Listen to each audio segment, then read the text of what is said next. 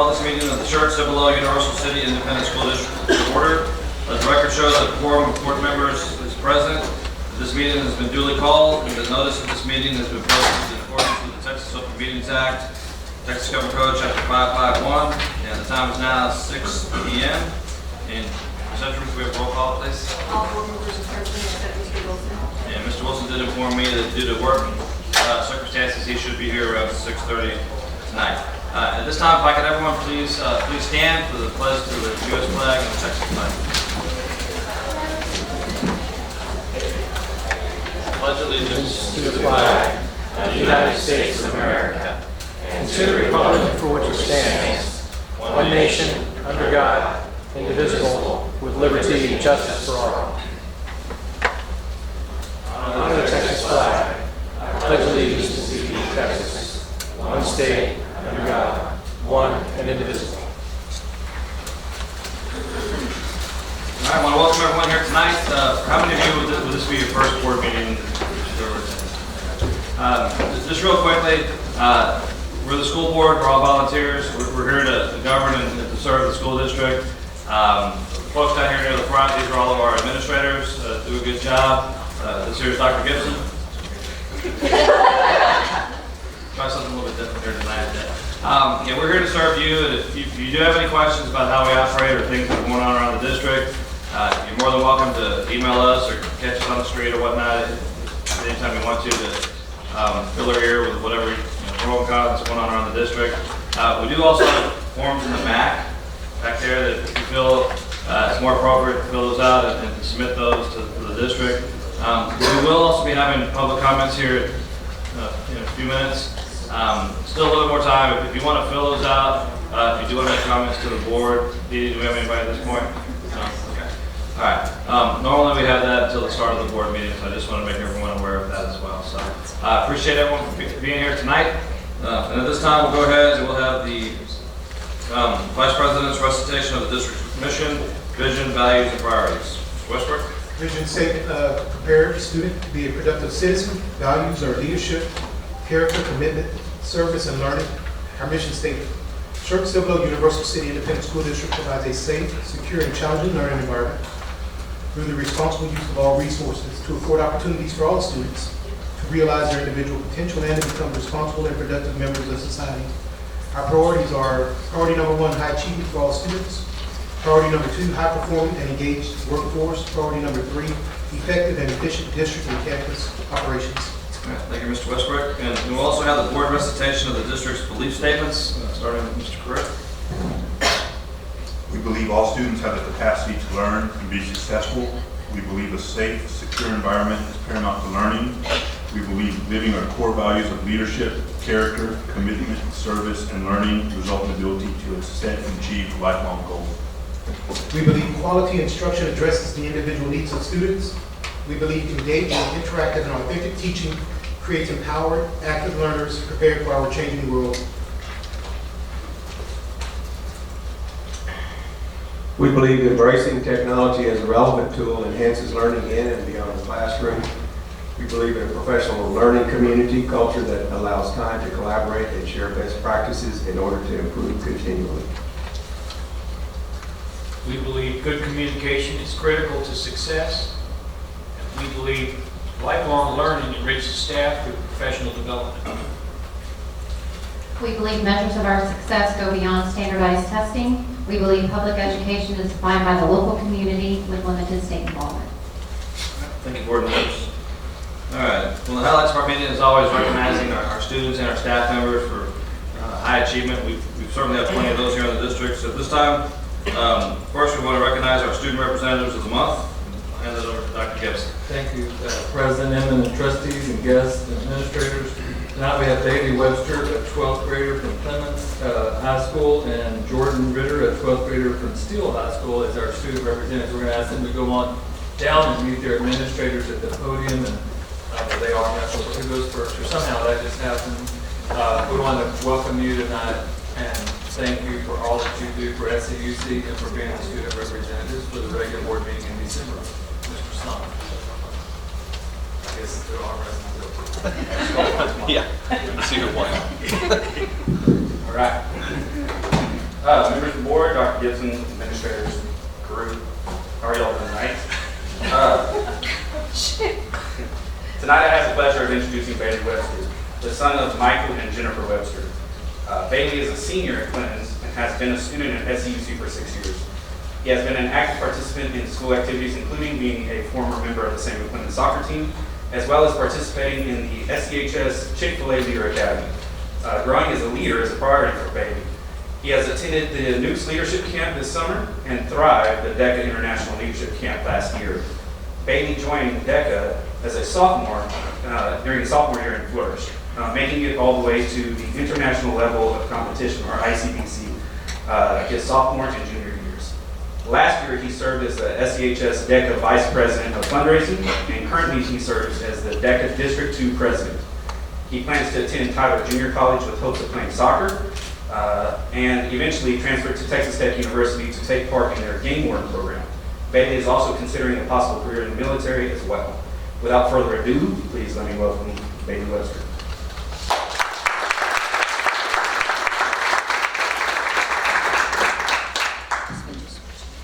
Thank you for this honor to that thoughtful introduction.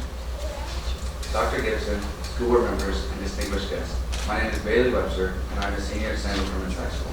I currently participate as a member of the Samuel Clemens DECA organization, and I serve as the District 2 DECA president. I'm also a current member of the Samuel Clemens High School Chick-fil-A Leader Academy. I truly love Samuel Clemens High School and everything that comes with being above. The campus environment is warm, welcoming, and safe. The teachers are all supportive and caring with an extreme focus on their success as a student, individual, or member of society. The administration provides amazing support for the campus activities, clubs, organizations, and such as in my case, DECA and the Chick-fil-A Leader Academy. DECA has been an eye-opening experience. It has taught me many valuable lessons such as leadership, time and money management, as well as planning ahead. Over the past 2 years, I've competed at district, state, and international levels, and I will be attending each of these competitions again this year. DECA has affected my future by helping me become more of an understanding person, and I've learned that anything I desire is possible with hard work and perseverance. As a member of the Chick-fil-A Leader Academy, I've been able to collaborate with a small group of students whose mindset is focused on community service and building leadership capacity around our campus. For instance, our current community outreach budget involves collecting toys for the patients at the Children's Hospital. Experiences such as these have been incredibly rewarding. My plans for the future are to attend Tyler Junior College, to play soccer, and to earn a criminal justice degree, and then a conservation law enforcement degree at Texas Tech with the hopes of becoming a game warden. I appreciate the opportunity to share the phenomenal experience I've had, not only as a Clemens Buffalo, but also as a student in the district for nearly 6 years. Thank you, and have a wonderful weekend.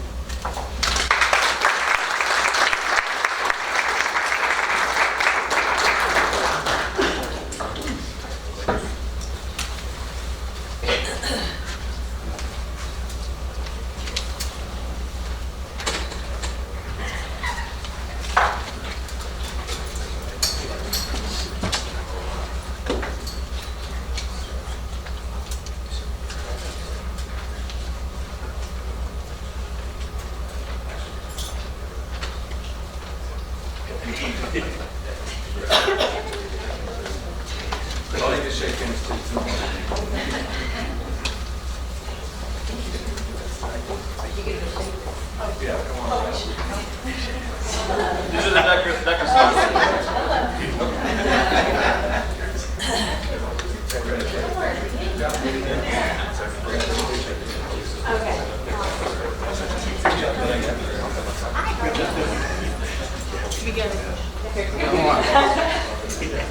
Thank you.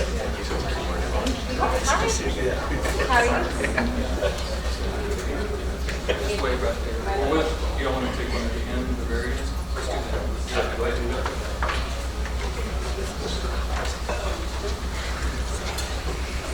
Good evening, Dr. Gibson, President, and members of the board. It's my pleasure this evening to introduce Steele High School student representative of the month, Jordan Ritter.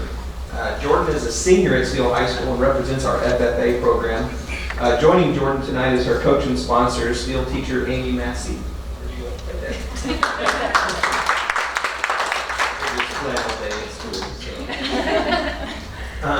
Jordan has served as our parliamentary representative last year on FFA, and she serves as a secretary this year. Also, she acted as a reporter for the Floral Club last year and as a treasurer this year. She was a member of the back-to-back state qualifying floriculture team. She is also a 3-year team member of the public relations team, as well as a state agri-science fair competitor. Additionally, she has been a 2-year voting delegate at the state FFA convention.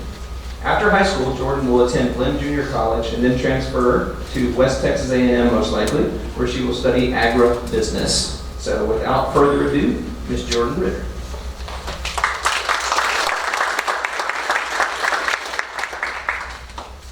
Good evening, Dr. Gibson, President Emmett, and members of the board. My name is Jordan Ritter. I'm a senior at Byron Peaceville High School and a member of the Cibolo Creek FFA chapter. The Cibolo Creek FFA organization was started in 2005 and is currently serving 180 members, ranging from 8th to 12th grade, and 21 junior members, ranging from 3rd to 7th grade.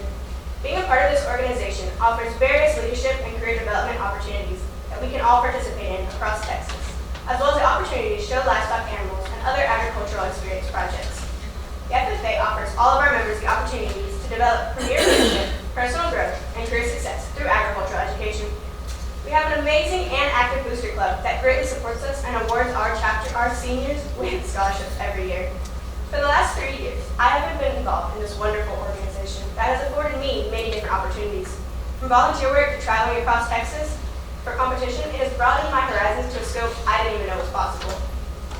Through the classes that I've taken, I received the Texas State Floral Association Level 1 Certification in Floral Design, the Continental Kennel Club Basic Care and Handling Certification in Small Animal Management, and my 4th science credit for my graduation plan in Advanced Animal Science. Through the FFA, I have competed at state floriculture career development events and at the state FFA convention with the Science Fair Project. These experiences have taught me everything from public speaking to being humble in defeat. I will use the skills obtained in FFA for the rest of my life. I would like to personally thank y'all as a school board and as a community for supporting my organization. Next year, I will be at Glenn College with the study in agribusiness. With my degree, I hope to one day run my own business. Thank you.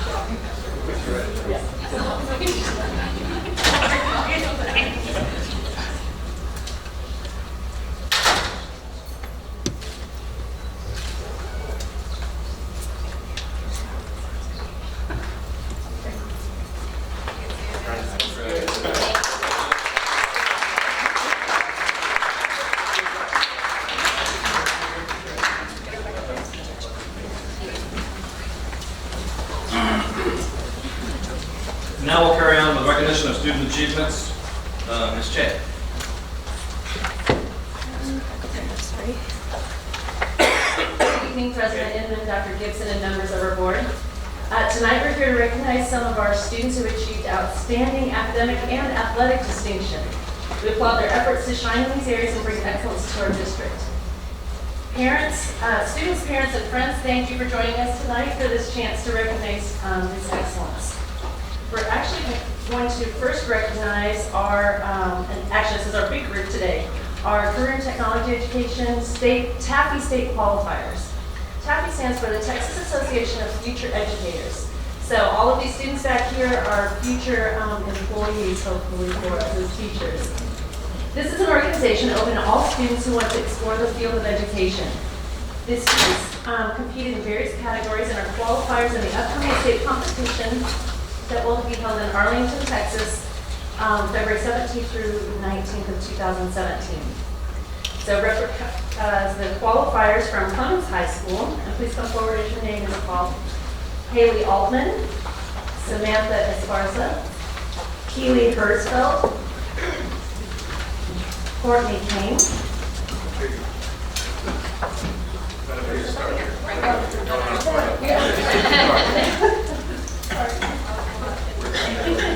Cameron Landy, Amira Luthi, Angela Mack, Monica McCumber, Maddie Rosenberg, and Taliesin Dale. And parents, if any of the parents of these students are here, please stand so we can recognize you with your students. Congratulations.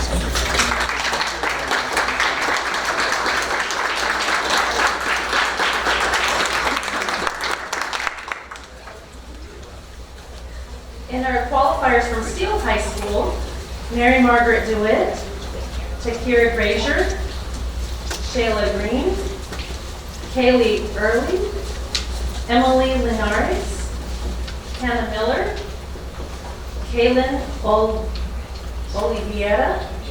Olivia Thacker. And if their parents are here, please stand so we can recognize you as well.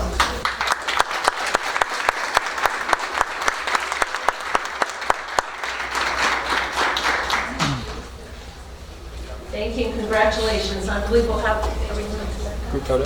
Yep. So students come back up and we'll get a group photo for you. And parents, you'll be able to come up here. Y'all want to come up to the front, take photos? You're more than welcome to.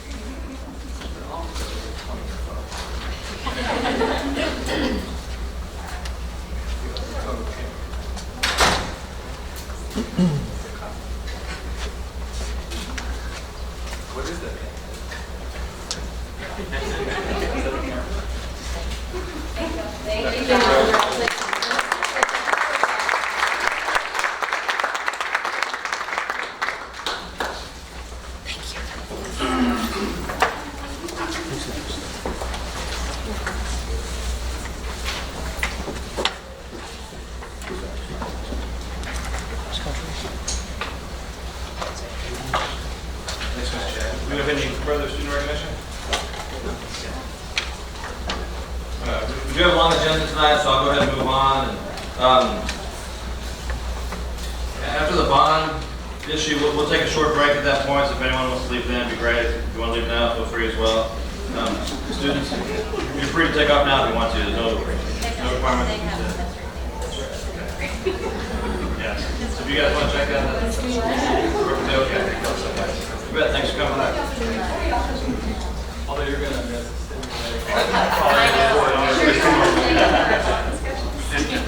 Keep the door open, I'm trying to get out myself.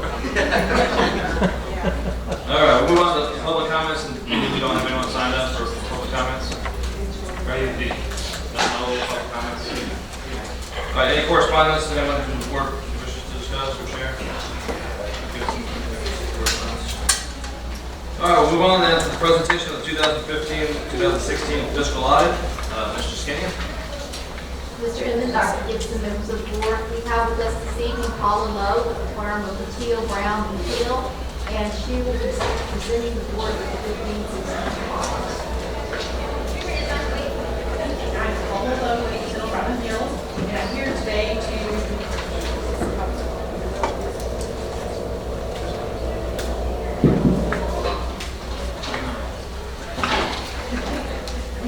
present you fiscal year 2016 audit. And I think everyone has a hard copy of this document in front of you. In this document on page 2, you will find our independent auditor report. And basically what this report says is we have audited the company financial statements in accordance with government auditing standards as well as generally accepted auditing standards. And in accordance with those standards, we have rendered an unmodified opinion, and an unmodified opinion is the highest opinion that can be rendered, and also known as a code opinion. I just want to point out a couple of items within the document to you. In particular, on page 15, you will find the balance sheet for the governmental funds. At the end of fiscal year, you can see the ending fund balance for the general fund, the total fund balance being approximately $43 million or $44 million, and debt service fund being approximately 5.6, and the capital project fund, which includes several capital project funds, one being approximately $12.2 million. On the next couple of pages, you can see all the revenues and expenditures for this particular district as well, and you can see the net change in fund balance for each of those funds. Finally, in the back of the report, you will find the single audit section. And there we have also included 2 other reports. As I mentioned to you, that we perform the audit in accordance with government auditing standards. And basically what those standards do, they require us to consider the internal controls at the district. And we feel like that those controls do not detect or could not detect material misstatements in the financial statements. We're required to include that information in this letter. And I'm happy to let you know that we do not have anything to bring to your attention. So no material weaknesses or significant deficiencies. And finally, we're required to perform a single audit or do a risk assessment of the federal program dollars that are spent through this district. And as part of that risk assessment, there is one program that we're required to look at this particular year, and it is the special education cluster. And we are happy we were able to render an unmodified opinion on that particular program as well, basically saying we do not detect a material non-compliance with this program, and no material weaknesses or significant deficiencies as well. So on page 70, there on the top of the page is the schedule of findings and question cost. This is a nice summary of this report, and basically the very top says that we have rendered an unmodified opinion on the financial statements, and no significant deficiencies included as well. And also on regards to the federal awards, we have rendered an unmodified opinion, and no significant deficiencies or material weaknesses to bring to your attention. We came out during the summertime and did some internal control, looking at internal controls, and came back out in the month of October, November-ish, and did some more detailed work. And as a part of this long process that we worked with the business office and different individuals at the campuses as well, we were able to compile the information that you see here and also render an unmodified opinion on these financial statements. We appreciate Peggy and her group for everything that they do. They do a great job, and made our job a little bit easier as well, so we appreciate it. So, thank you guys. Yeah, two quick things. One is I guess a question, one an observation. So on the fund balance, since the board authorized the expenditure projection plan, this is looking forward not to this audit, but to next year's. We should see an offset of basically that 43 billion that we're at based on this. So I'm just kind of pointing that out. We've got a methodology for spending that. So that's just an FYI. So we should see that reduction. And so when we're sitting here and here's this team report and we're all smiling and it's very formal, I just to get a little snippet, because I walk down there in the hallway and I see the staff and I hear them talking about the reasons that we need everything is clean is because when it's audited, when you guys come in the summer and you're testing things, we don't want there to be a glitch. And that means anywhere. They just go open the file cabinet and say, show me the paperwork or whatever in essence. And so I know the trustees don't get to see that that's a year-long event. Yes. And when you guys come on tonight, but they do that on this end of this hallway with a high degree of efficacy. And not just because it's going to be audited, but because it's taxpayer dollars and we're the steward of those dollars. So anyway, I just wanted to add that. Yes, and that's true for me. It's the effort of 365 days a year that goes into what they do that in turn gives you a clean audit. And also too, we were asking for a lot of documents, a lot of information, and they have no idea what we're going to ask for when we're coming out. I mean, it could, Sometimes it might be some lower dollar amount items that we look at, just because of the element of surprise, so to speak. But obviously, too, we're looking at focusing more of our time on the large dollars and items that are being spent here in the district. So it's pretty thorough. So. Any members of the board have questions or comments? No, I just want to thank Ms. Lowe again this year for coming in and giving us a report. Thanks for being so thorough with y'all's deliberation and investigation. We appreciate it. Thank you. And also, I want to thank Ms. Justine again, as always. The staff does exceptional work, and she leads that staff. And so I've been sitting up here a long time listening, and it's never, it's just always a great report. And I give you 100% of credit for that, and I appreciate it. And thank you so much for what you've done for our school district. Thank you. Anybody else? Okay, so I appreciate it very much.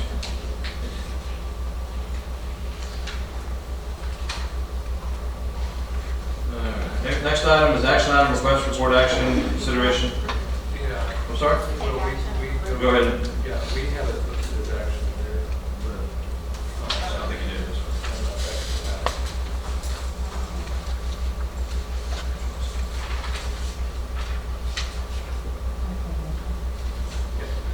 I move that the Board of Trustees review and approve the fiscal audit for the year ending August 31st, 2016 as presented. Second. We have a motion and a second. Any further discussion or questions? Seeing none, all those in favor, please raise your right hand. Any opposed, same sign. Motion passes unanimously. Thank you very much. So again, Ms. Maloney, a beaver sweat breaks out on my forehead. She's no pressure. All right, another big item. I'm not going to read all this, obviously, but request for board action, consideration and approval of an order by the Board of Trustees with respect to the bond series 2017. Mr. Skinner. Mr. Inman, Dr. Gibson, members of the board, we have this evening with us Wayne Westerman, and he will explain that long, detailed divide. Thank you. Did you write this? I did not. It's your lawyer brethren. I should have known. Please proceed. All right.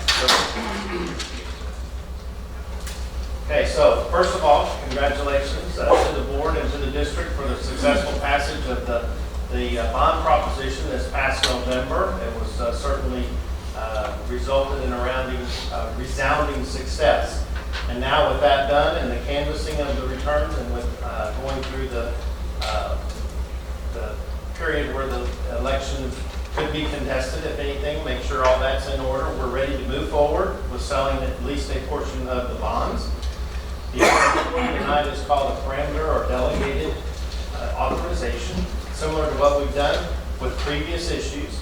And so what you're doing tonight is proceeding with the issuance of bonds subject to certain parameters. The first is that we can issue more than $137 million, which is what the voters authorized. However, it is our plan currently that we're going to separate this into two separate bond sales to help manage and maintain the INS tax rate at the 45-cent level. We currently, meeting with the administration here recently, we currently are looking at selling about 80 to 87 million in the first sale, and that should be in early January. Also, another parameter is that the length of the amortization would not exceed 30 years. Under state law, you can go up to 40, but we've always tried to do it as manageable as possible, considering the growth that you're experiencing in the district. And then we have a maximum interest rate of 6%. We currently certainly expect to be well under the 6%, but we do have to insert some number there, and we want to be sure we're comfortable with that.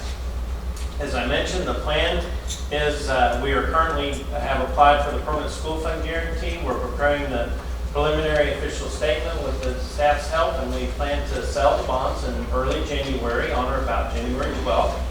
And with that plan, the district then would have proceeds in hand so that Wayne can keep moving approximately February 8th.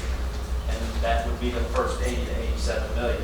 And then we'll monitor the progress of the projects and when the funding is needed, as well as what the market is doing and the growth in the tax base here in the district to make sure we can sell the remaining portion of it when it's needed and under the 45-cent tax rate plan that we've had all along.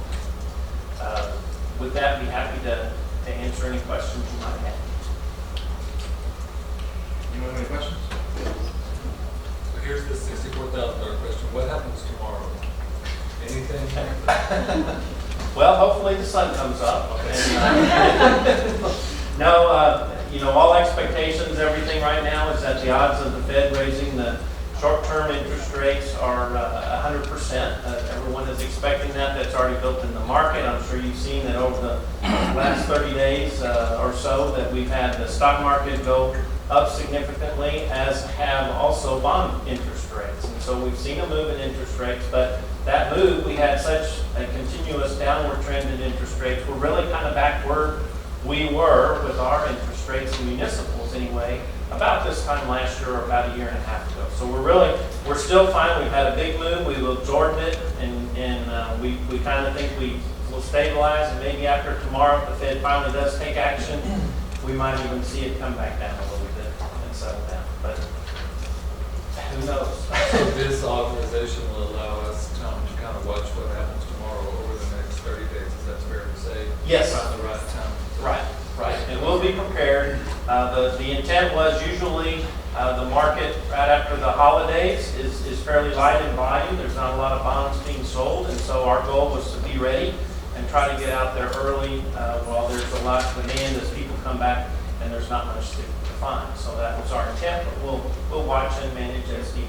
And then you said 87 on the first sale, and then the remaining 50 sometime later in the fall, and then that way it splits over 2 tax rates. Correct. Okay. That is the plan, and we can adjust as needed. What would prevent us selling the second portion in the fall? If your projects are going, you don't need the funds. I really don't see that would happen. Okay. But it would just be if for some reason that happened, or for some odd reason your taxable values fell and we had to figure out some plan. All of those are circumstances we don't expect. Okay, sounds good enough. So I thought this was probably true now, and I know it's true. We need to move the AED for this building closer to Mr. Persky after watching his facial expression. Just keep saying, when we get some? I think maybe like right around the corner right here. Maybe a second. And if your taxable values come, we start seeing the first preliminary values in April for 2017. If things have grown another significant leap, and maybe we can access those funds earlier and still manage that tax rate It properly. was just the last bullet points that we will monitor the progress of the projects Right. and the market to determine when to come back. So Right. that's our wishes. He's going to monitor the projects and tell us when we better get some more funds in hand so he can get his Okay, bills paid. thank you. Any further questions? All right, we do have a proposed motion on page 16.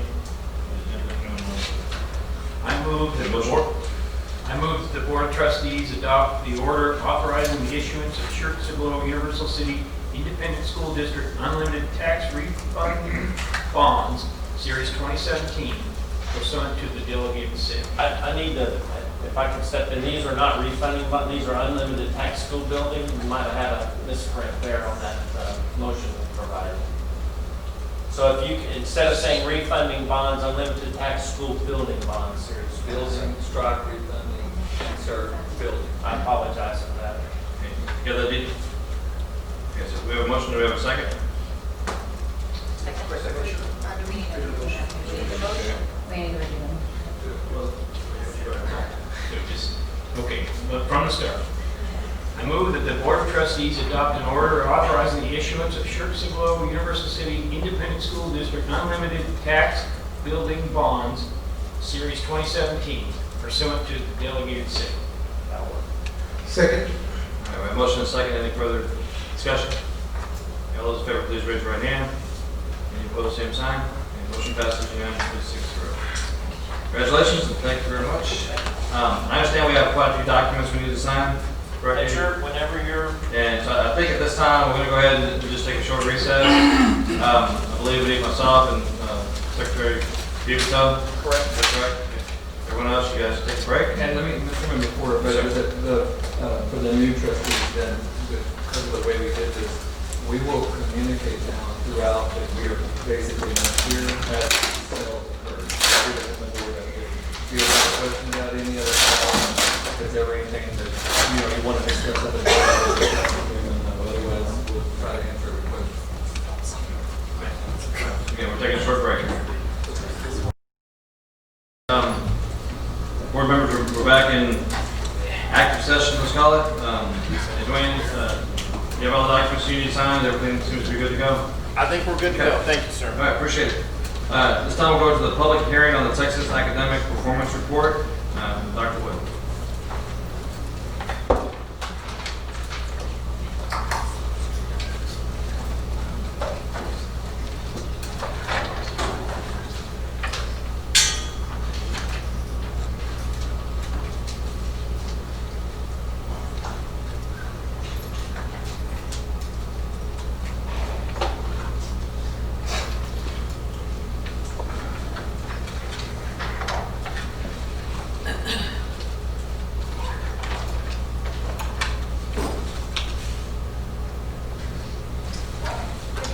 Dr. Gibson, President Inman, and members of the board. This review of the TAPR, the Texas Academic Performance Report, is required by law, and this is actually only just a brief overview. The details of this report were reviewed back in October when we reviewed the Priority 1 report. So this is just a brief overview. We will have time for questions, etc. We always start any of our academic information with our mission, vision, and values. It anchors everything that we do in the classroom, in every single classroom across our district. It also ties directly to our goals 1.1 and 1.4 directly. Knowing that this is only one metric of the accountability system. So this first page is the actual report, the accountability summary, and it reviews all 4 indices of our accountability, from student achievement to student progress, closing performance gaps, which is around our student groups, and post-secondary readiness.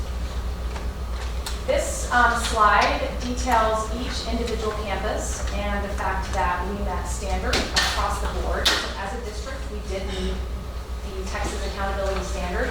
And a point of pride is the fact that Wilder earned 3 academic distinctions. We're very, very proud of Wilder for their work there. This is our attendance rate, which underpins the accountability ratings across all of our indices and for all of our campuses. We are just slightly above the region and consistent with the state, but we are proud of our attendance rate here at SCUC. And now we are moving into our academic data. And the STAR reading, this particular slide shows some increases and some decreases. And I'd like to talk just briefly about that. For one, I would like to remind everyone that we did have some issues in the spring with our accountability testing, with the online platform with ETS. And that did propose a number of problems for some of our students. In fact, it actually hampered many districts across the state. But we do still have some work that we need to do in the area of reading and writing. We have worked diligently across all of our campuses. Every campus has a goal in their campus improvement plan around reading progress. And we have also put into place, we've had a position that we repositioned, we reorganized, and to be able to dedicate one more content coordinator to the area of reading, English, and language arts. And that is another way that we found this is a major focus for us this year. Math, you don't see quite the data that we had in the reading area. If you recall, we do have new math standards, and so 2015 was a baseline year for us. We have made some gains that we are very proud of in the area of math, and I'll also remind you that the standards are ever increasing. So not only have we made gains with regard to our math functioning in the district, students have had to actually answer more questions correctly in order to to achieve Avenue passing standards. So given that and the fact that our numbers have bumped up, we're pretty proud of that. But again, math continues to be a focus for us as well. STAR writing. Reading and writing are almost two sides of one coin, of the same coin. And again, we do have a pretty serious emphasis on writing, not only in the area of English language arts, but we are incorporating writing into other content areas as well. STAR Science, we're very proud of our secondary, our biology scores. We do have some work to do in the 5th grade. Social studies is definitely a point of pride for us as a district. For 8th grade, we are significantly above the state. And then in U.S. history, again, we're definitely above the state and doing very well in social studies as well. This is a slide that you did see in our performance in the Priority 1 report back in October. And it just gives you a rough idea of how we're performing relative to our sort of sister school districts across the state. So upper middle of the pack. But this is a group that we consider to be a very, very close comparison for us. Our advanced standards, we're proud of these measures as well. We've gone up in every area with the exception of reading and writing. And this is technically the old commended scores. We used to say the word commended for students that would, that were functioning at the far end of the scale. But this shows again that our students are functioning in the recommended, the final recommended area, and that again is with rising standards. We continue to want to see these numbers go up with everything else as well. This slide is the STAR met or exceeded progress area, and this is for the students that have met at least 1 year of growth in the particular area of reading. And as you can see, we are consistent with the state and the region there. This is for students who have made more than 1 year's worth of growth in 1 year. So this is the exceeded progress measure. As you can see, we're slightly below the state and the region. This is the same slide, but for math. Obviously, met and or exceeded progress. It combines both of those things together. We're proud of this score. We're doing a good rise, a nice bump in our scores there. And again, that's with standards that have gone up, standards that have gotten more rigorous, and the passing standard that has also gone up. And this is for math for the students who have made more than 1 year's worth of growth in 1 year. Another way our data is sliced and diced is according to student groups. And we work very, very closely with our campuses to watch and to monitor very closely progress, especially for students who have special needs and students with English language learning needs. We work very closely with campuses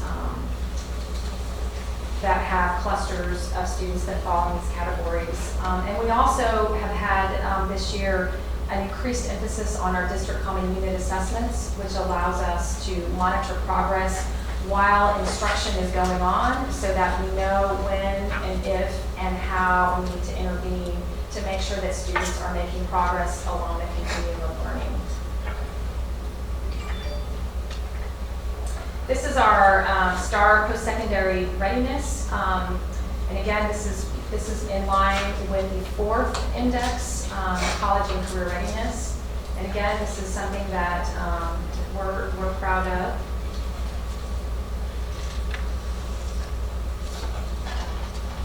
This is a slide that details our recommended and distinguished graduation plans. And this is really the end in mind. When we're thinking about students when they start here, even as young as pre-K or kindergarten, we are really thinking throughout our entire system, how are we going to prepare students for college and career readiness throughout their time with us.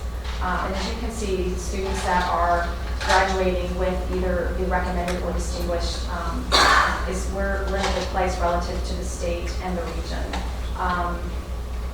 This will shift slightly as our House Bill 5 comes into effect and this particular measurement phases out. This is our advanced dual credit enrollment. So this captures students who have taken at least one advanced or dual credit course. And that is a conversation that we have that's also ongoing, is what are the ways in which we attract students to take advanced level courses in our district. We're really looking hard at our system to figure that out, because we want more of our kids to access these advanced and dual credit courses. So this is just the participation in the courses. This is the college-ready graduates. And this slide, if you actually look closely, this slide could be a little alarming, but there is some explanation for this. When back as late as 13, 14, there were 3 ways in which students would be considered college-ready, and those were measured on the TSI, STAR, EOC measures, and of course SAT and ACT measures. 14, 15, the state changed that criteria to only 2 ways, which are the STAR, EOC, or SAT, ACT measures. This next year, this slide should look very different, because the only way in which students will be considered college-ready graduates will be through an SAT, ACT composite score. So this is changing. The state is changing the way in which they're measuring this. This is our SAT, ACT participation, and I'll remind you that we are now offering opportunities during the school day for students to be able to take the SAT and ACT. So we should see this slide should look different next year. This is lagging data. These are the SAT average scores for our combined high schools, and as you can see, we are slightly above both the state and Region 20, and we have gone up slightly as well. Holding our own still with the ACT. And then this is AP IB participation. So roughly, again, this is another question about how are we helping kids to feel good about taking advanced level courses, and we are working on that as a district. Tony, can I ask you a question? Just kind of back on the SAT participation in this one here. Just know what I know about Region 20. I mean, you got a huge disparity in districts, and so let's say for 2015 it shows 68%. I got to believe there are a lot of districts that are far below that, which means there would be some districts that are far above that. So, I mean, does that make sense? I mean, to what extent is that true? And then, so that would tell me there's got to be districts that are hitting 75, 80, 85 percentile. And what are they doing differently than we're doing? Yeah, this is just participation. So in that case, what they're doing is telling them that they're making it mandatory or paying for it. Well, and this is relevant, and if I may jump in with what Dr. Wood shared with you as far as participation. This is lagging data with the last year's junior class. So this year's senior class was the first year that we did the SAT during the day. As Dr. Gibson mentioned, basically that put all of our juniors, or most of our juniors, over 90% of our juniors, in a situation where they're taking the SAT during the day. So this year's graduation class, which won't be reported out for another year, that's where you should see a significant spike in that. And I think that answers your question. So what some other districts are doing is the same way. That's not a new concept. The SAT during the day is not a new concept. So those districts that are seeing those very high marks are those districts that also tend to offer that to all of their students at some point in their high school career. And so there's where you see some of the differences. Yeah, so then that is a good question. And the next question for us then is what's the appropriate measurement that we think should be our average score? Because we can make our, I know you have a set score, I'll just say, we can make our score result go up really high. We'll limit it to the top 10%. Right. We'll have it all, but that's not. So the question we're probably going to bring back to the board is, as we ratchet it up to make it higher participation, what's the right amount, what's the right target for us to get for the results. So while we're on the subject of that, your question. Yeah, well, again, it's not so much just about the SAT, and again, go to the very last slide, you showed us as well. Okay, so I guess that's what I'm saying is, I mean, it's not a bad statement to make publicly, but I'm just telling you, I know in Region 20, there are probably some districts that number is probably 10% or so. Okay, which means there's a lot of districts out there, or some that are in the 40th or 50th percentile. Okay, and what is the difference between them and us, I guess is kind of the question. Well, I think you have to take into consideration, when you talk about Region 20, it goes from us down to the valley. You know, there's a lot of small school districts that, you know, we're talking 500 or 600 juniors and seniors in each grade level in our high schools, where some of these school districts may have 100. And so it's pretty easy, and, you know, they can handle it a lot better. I mean, pretty easy to handle with 100 kids as opposed to 600, get them in and get them participating in the SAT. So I think it would, if you had a comparison with us and those other school districts that we compare ourselves against, Right. that would probably, you know, and I know some of those school districts would have a very high percentage. I would think most of them would. Okay, so I think that would be a better comparison. But Well, what Dr. Evers is saying is getting ready, we will have, right, we're I going to agree. do more with respect to SAT. We're going to do more like what some of those districts are. Everybody's going to take it. Sure. Now, this slide is the Right, So it's a it's- little different. I will say that the last two classes, our freshman classes, have been the largest classes as far as IB participation. So it's just basically recruitment, encouragement of the students taking those advanced courses, and really having a coherent sequence of courses that prepare students from the 6th grade to pre-AP courses on. There's one thing to have, as we talk about participation versus achievement, to have those numbers in there, but also that there is a systemic track to prepare students to be successful in those classes that will encourage them to take and risk more of those classes. It's a direct correlation to what we're seeing with the SAT.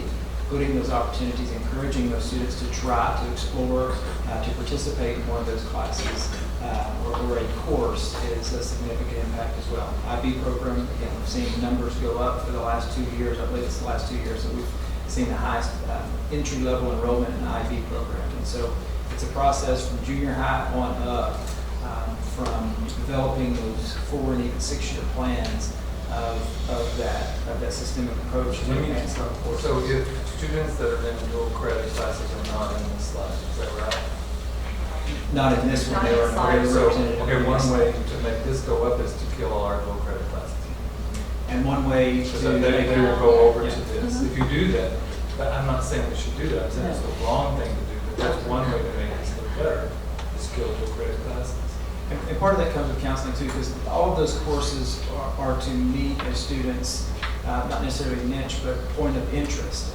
You know, if we have students that think that they're going to go outside of the state for college, we wouldn't encourage them to take dual credit courses per se, or a lot of dual credit courses, because there's no guarantee that they're going to transfer out of state.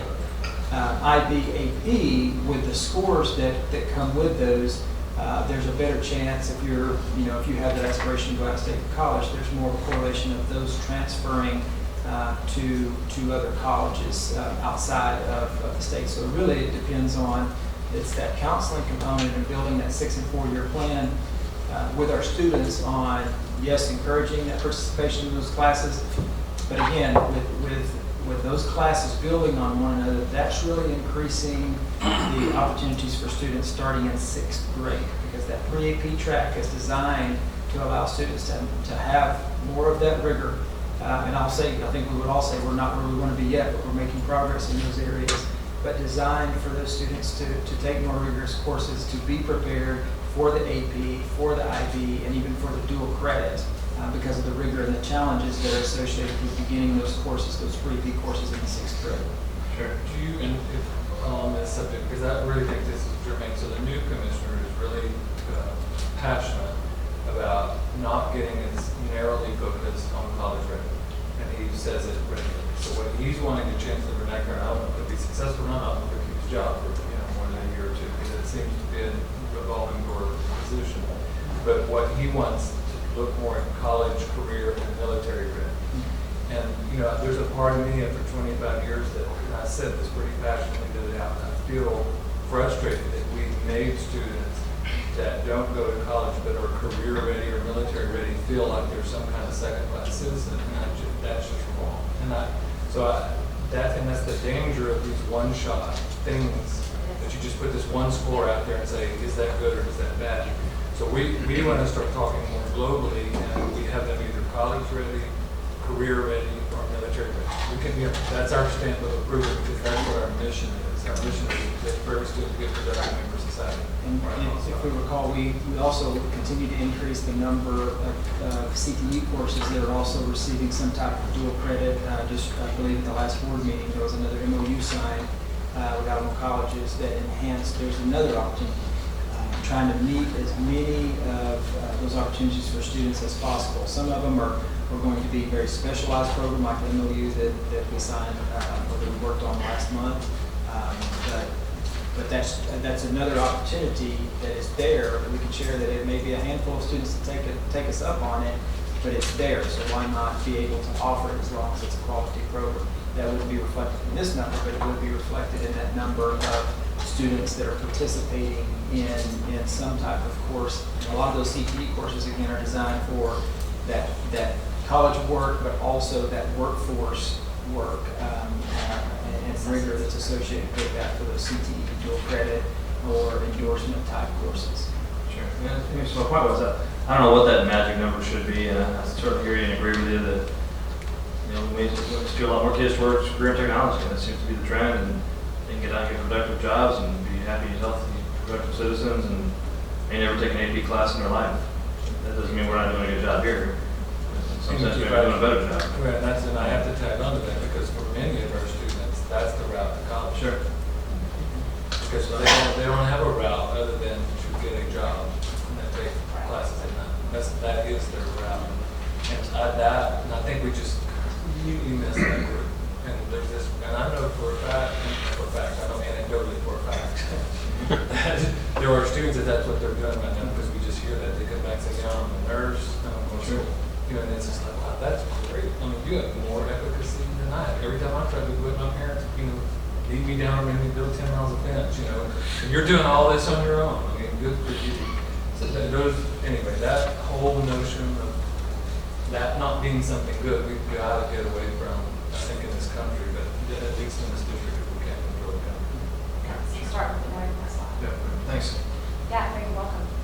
And this is just the criteria for the students and how they performed on either the AP exam in scoring the 3, 4, 5, or the IB exam for 5, 6, or 7.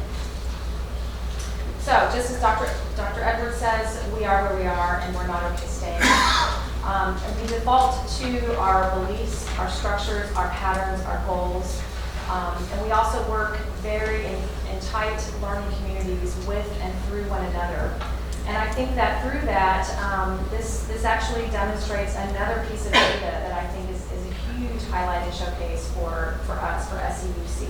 And this comes from Linda Cannon's office, and it speaks to our retention rate. And if you look at our trend, not only are we significantly below the state in terms of teacher turnover, so we have very, very good retention. I think it's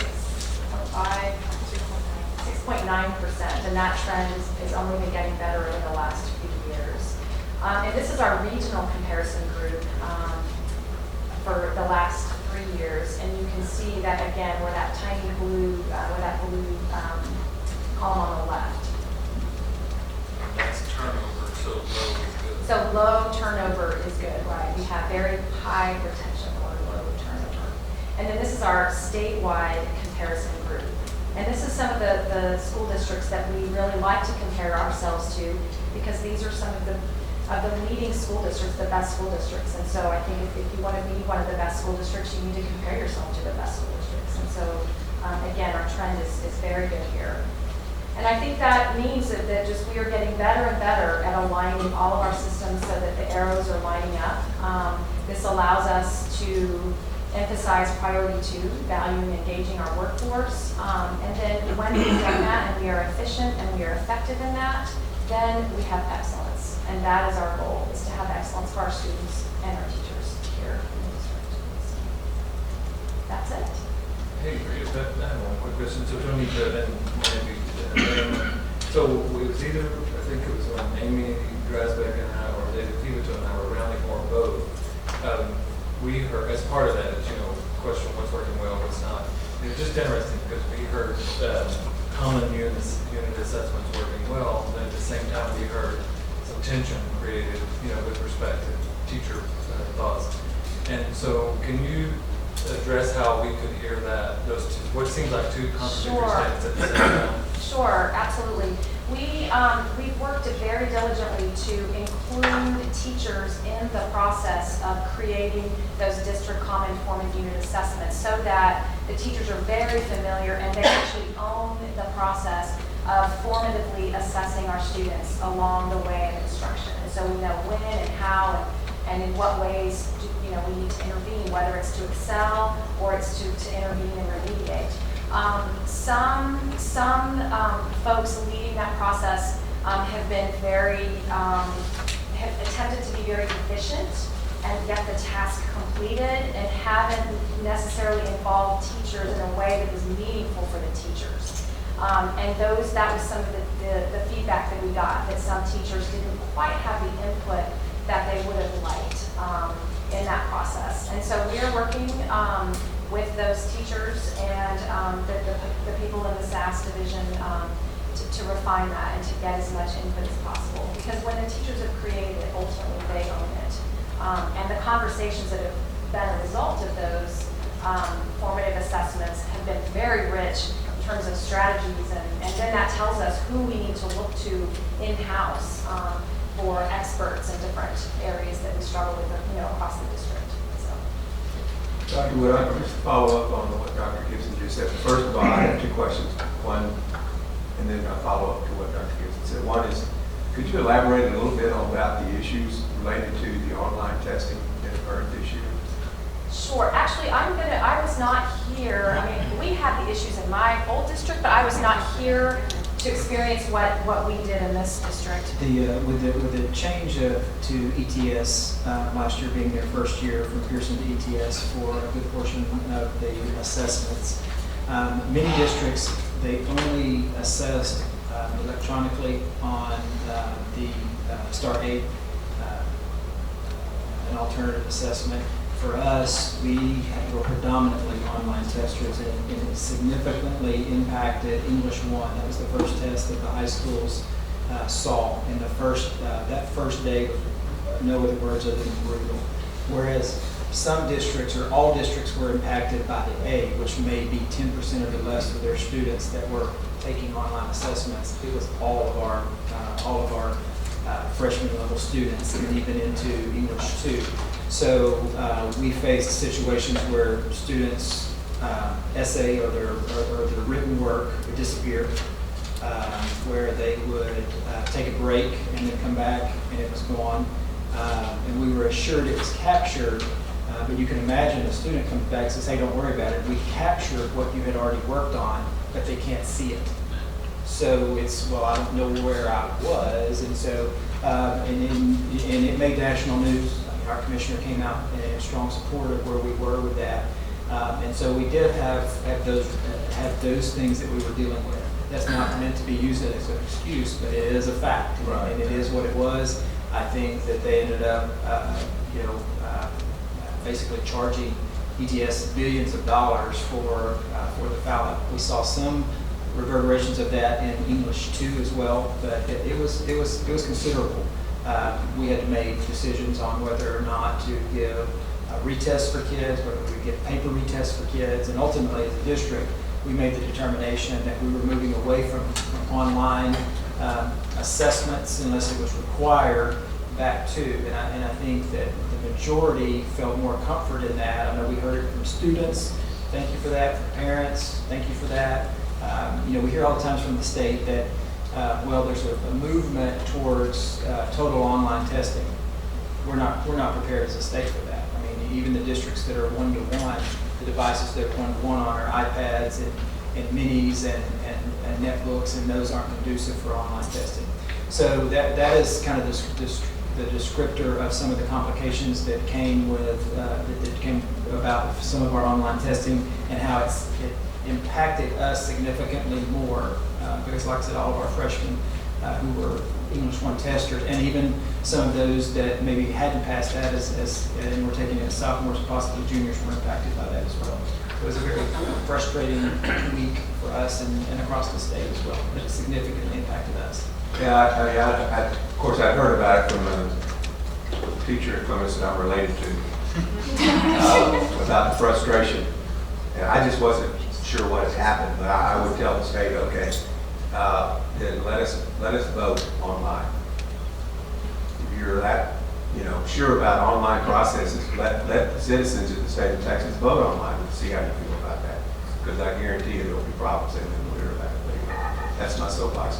Second question is, again, related back to what Dr. Gibson said, was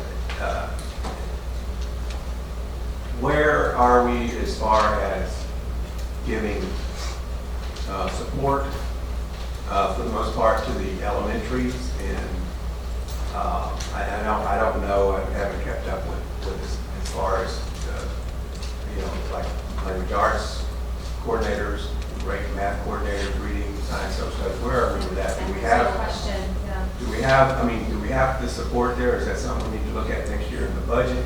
Well, yeah, that's funny. So the budget parameter memo is going to include, we had 3 conversations at cabinet level, but then Peggy and Paige and I had a deeper conversation in the sense that I asked for a paragraph or 2 at the start of the budget parameter memo to address what you're talking about. And I'll go ahead. Here we are. We are at a point that if we're, as a district, if the state doesn't change the funding formula, which, the state Supreme Court said it's constitutional, so they don't have that perennial gun to their head, then and if we're going to maintain our goal on extracurricular, and if we're going to address what you're talking about, as our percent of total students for low socioeconomic and low socioeconomic growth. See, we're growing as a total district, but we're growing in ratio of the students from low income houses. As crazy as that sounds, it's okay. So we're not exempt from what the rest of the world does.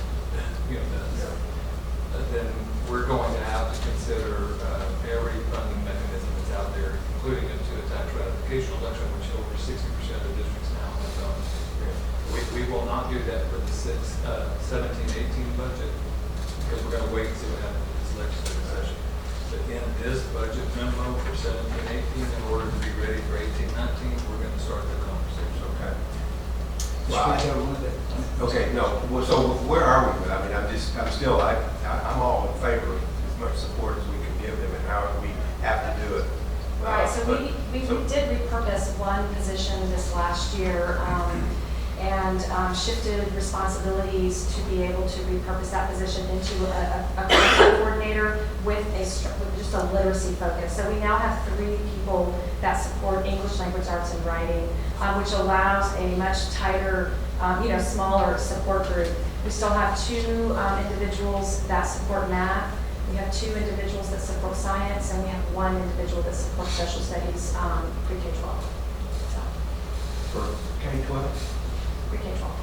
Pre-K-12. So I'm just thinking about elementary schools. We're going to have 8 elementary schools going on 9.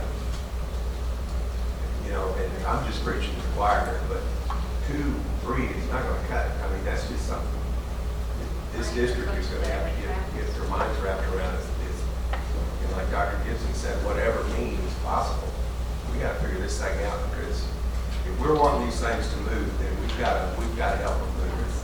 Well, and I noticed our at-risk population on that TAP report, and people would be shocked. They don't realize that we're at 38% of at-risk. That's a high to me, and what's going to help that is what Mr. Pipito just said, is helping those teachers and get some coaches in there. But we just have to be willing to. Yeah, I know in the past, with Title I funds, the way it is that you have to use Title I funds for Title I students. However, there is a provision, or used to be a provision, where you could also help students who aren't Title I, as long as you were not impeding the help of the Title I students. So, you know, I don't know, you know, I don't want to get into this long term, I think, but I'm just concerned about this. I second that. Think about it. We're going to talk about the budget parameter minimum multiple times over the next few months, and you'll have an opportunity to every one of those to say this again. And I would hope that you would. And I know, we all know my passion is math too. Reading is you gotta read to be able to do math, but, we have 2 language arts or reading coordinators, but when you look at those scores too, and not everything's based on the score, but again, I'm concerned too, 2 would be great, but then I'm also worried about social studies having 1 coordinator for K through 12 too, so it's just that funding, that's what it goes back to. Well, unfortunately, the intermediate schools do departmentalize, so that does help quite a bit. In fact, I know that several of the elementary schools, I know Watson is, and I know Green Valley is, they're also departmentalizing in, I think, 2nd, 3rd, and 4th grade, if I'm not mistaken. But anyway, I've said what I was going to say, so thank you. So Thank you for your support. Any other questions? Yes, I've got a couple. You're probably going to need the slides back up, I'm sorry. Could you go to where the distinctions were at, please? Sorry.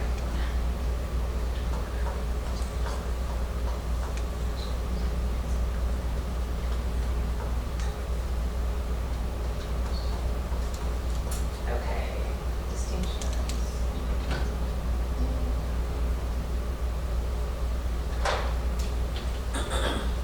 It was the one where Wilder was the one that. Right, had the those- campus, all the Yes. campuses. Okay, currently our goal is what? To have all of our distinctions. We have a goal for that. Right, it's 100% of the campuses will have at least 1 distinction. Okay, so that really, when did we put that on, Greg? As a goal? I mean, was it like a couple of years ago? Or? Yeah. So do we have any trends here? That's what I'm looking for, is the trend, okay?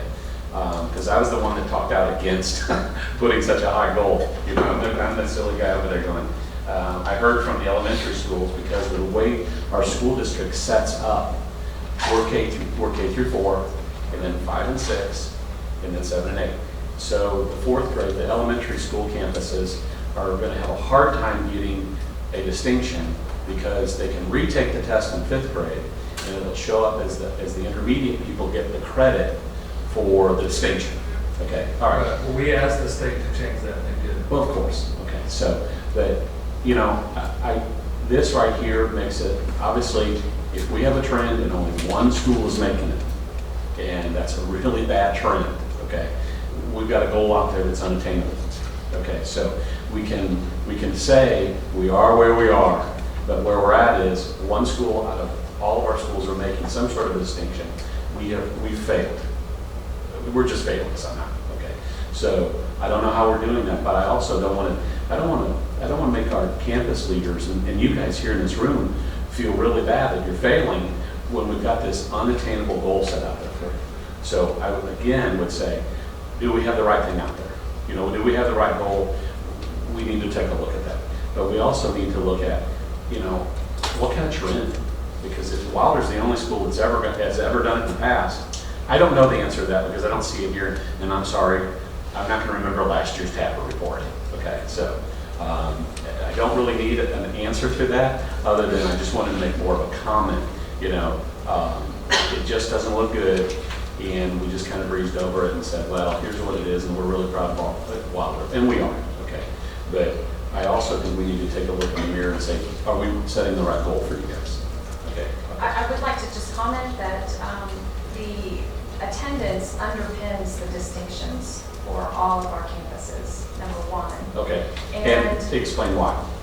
Well, I don't. a campus has to achieve a certain level of attendance in order to be eligible for the distinction. Thank you, I did not know that. So Okay. even if all of our campuses met the academic standards, but they didn't meet attendance, then they're not eligible for the distinctions. Okay. So that's So one piece. what is the percentage rate for attendance that they have to achieve? Well, it depends on actually not sure, is it 90? I'm not sure, no, I don't know the answer to that, I have to look that up. And I guess my follow-up question would be how many people or how many schools would have met the standard? That's a good question if we too. didn't have that Yeah, Right. issue? that's a great question. And if it has 85%, just say 8 other schools would have met it if we had the attendance, then there's an attendance thing that we could address. Yeah, if we're hitting the academic side of it, again, it goes back to how we're being presented this, and this is a public hearing to tell the public what's going on. They certainly have no idea, you know, so anyway. Right. Just- Another piece I'd like to add is that for the distinctions, the state takes 39 other schools across across our state that are like our schools in demographics and size, et cetera, and those become that particular school's comparison groups. So it's interesting to note, because if you look at, say, Jordan's assessment, their data was actually slightly higher than Wilder's, but they were in a different comparison group because of different demographics. Right. So again, it's somewhat of a moving target because Right. the groups that it all depends on the groups that you're compared to. Yeah, and then there it goes again to our goal, how we've set it up. If we're just setting ourselves up for failure on a goal, then we really should probably take a look at it. But that's for you guys to kind of determine to feedback to us. You know, I don't want to disparage anybody. Right. If you're just not going to make it, you're not going to make it. I'd rather just say, we can't do this because of our attendance rate or whatever, like Mr. Cruz said, that maybe we need to look at that. So, okay. And then also, the slide that shows all the school districts that are even with like Comal and Braunfels and us. That one, I think it's that one. Okay, sat on the board for about 8 years now, and we're usually we're one of the highest in the area. And I'm starting to see things creep for Comal and Braunfels, which, you know, this isn't a football game, okay, but I think it's more important than a football game for academics, okay?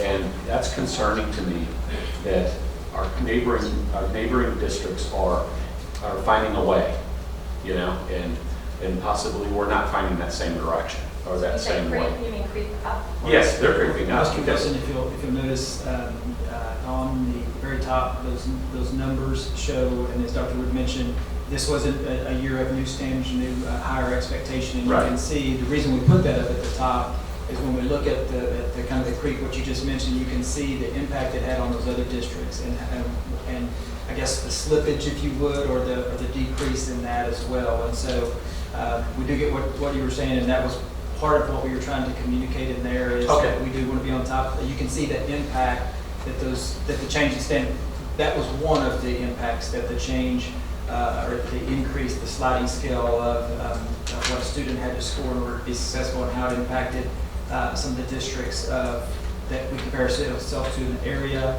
And then also, as Dr. Wood said, those that are similar to us in size and possibly in demographic when you look at Georgetown, Burroughs, Grapevine, and Wyoming. So let me just say this because we're here. I wasn't going to that. So the district that's the highest on this is Wyoming. And they take no benchmark or common assessment. It's not a STAR question. Correct. So you forget all that about teachers developing the question if you're in Wyoming ISD. Forget it. Get it, no second. So that's the trade-off. We also So outperformed which in do you want top workplace, or do you want? We also And you want to only answer multiple choice questions. Right. So that. That may be I'm not outperformed. trying to minimize. Okay, first of all, you just went right over the non-educator's head. Okay, so let's back up. You know what I'm saying? So no, that's okay. There's no such thing as a teacher-created common assessment in Wyoming. Okay, Central office creates it and tells the teachers take it. okay, And they're all the exact same questions that are on the test. all right. What some parents call that teaching to the test. Now, again, on this slide, that looks good. So, you know, and we have someone, I'm not going to reveal who, that knows the square fact because they've worked there recently. But we know that too, and they do a lot of great things. And we could probably do that same thing and get the same kind of result on this. When you want to talk about teachers saying, okay, now we're teaching to the test and we're answering bubble questions, you know, we're kind of back to where we were before. It's a dance. I mean, there's just this balance between these things, I guess, is what we're always trying to see. Okay, so what you're trying to explain to me is that in Wiley, they're not seeking any teacher input, but they're getting a better academic product. On this On measure. this one measure. Oh, okay, all right, okay, all right. I'm just trying to look at the bigger. That's a good I'm not trying clarification. So to if you get too have- deep into this stuff, but I'm just looking at this stuff, and when we try to compare, all I see is numbers. Right. That's all I'm seeing. I'm not seeing the how you get there, I'm not seeing the why you get there, but are we satisfied? I guess is when I look at numbers, are we satisfied with being 82 versus 88? No, I want 88. Of course you do, I know that. Okay, so, And outperforming on we outperform Wiley on the SAT, ACT, on CTE. We talked about the component of that career readiness in detail earlier. When you look at some of those things, what is the measure that you're going for? Are we satisfied with these results? No, and I can tell you that the 17 leaders that we work with on a daily basis aren't either, not because of the number, but because that number represents children that aren't scoring where we want them to score for their own success. But it does go along also with the correlation of IB, AP, SAT, ACT, fine arts, athletics, extracurricular, and all of those type of things. We're working on continuous improvement in all of these areas across the board. And I appreciate y'all's support in that as well. And then my last question. 2015, 2016 reading, when did they change the standards for reading? You said that they just recently changed the math. That's why there's no data in comparison for math. But what about reading? Have they changed that recently? Well, there's two changes. When you look at math, there's a total revamp of the math curriculum, the standards that are associated with math curriculum. Okay. And so they really, what they kind of did was push the expectation down as far as what was once required in 5th grade, they pushed them down to 4th grade. So from there through 8th grade, it was a shakeup in that. So that was a kind of a benchmark year, if you will, and we're not going to count that in the scores year. The other thing that changed was the scale we mentioned that shows the increased rigor or the increased number of questions that students had to answer. And last year was the first year of that.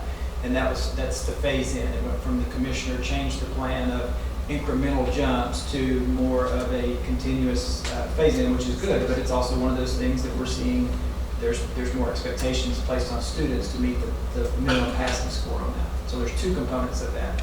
For math. For math, but For what math, there's two about, but components. reading, we haven't done that. We don't have a change in TEKS in reading. We've had a change in the Texas Essential Knowledge and Skills. The curriculum has changed for math. The curriculum has not changed for reading. Okay, from But the 15 to 16, right, but the it didn't make standard- any change. The TEKS have not changed, but the passing standard has gone up. So students have to answer more questions correctly to achieve a passing score. Okay, so so you're telling me that might be why we're down in almost every one of the grades except for what, 1 or 2?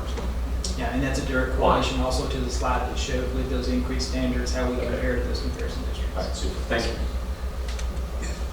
Is it possible to provide us with the schools that potentially would have made the list had it not been an attendance issue?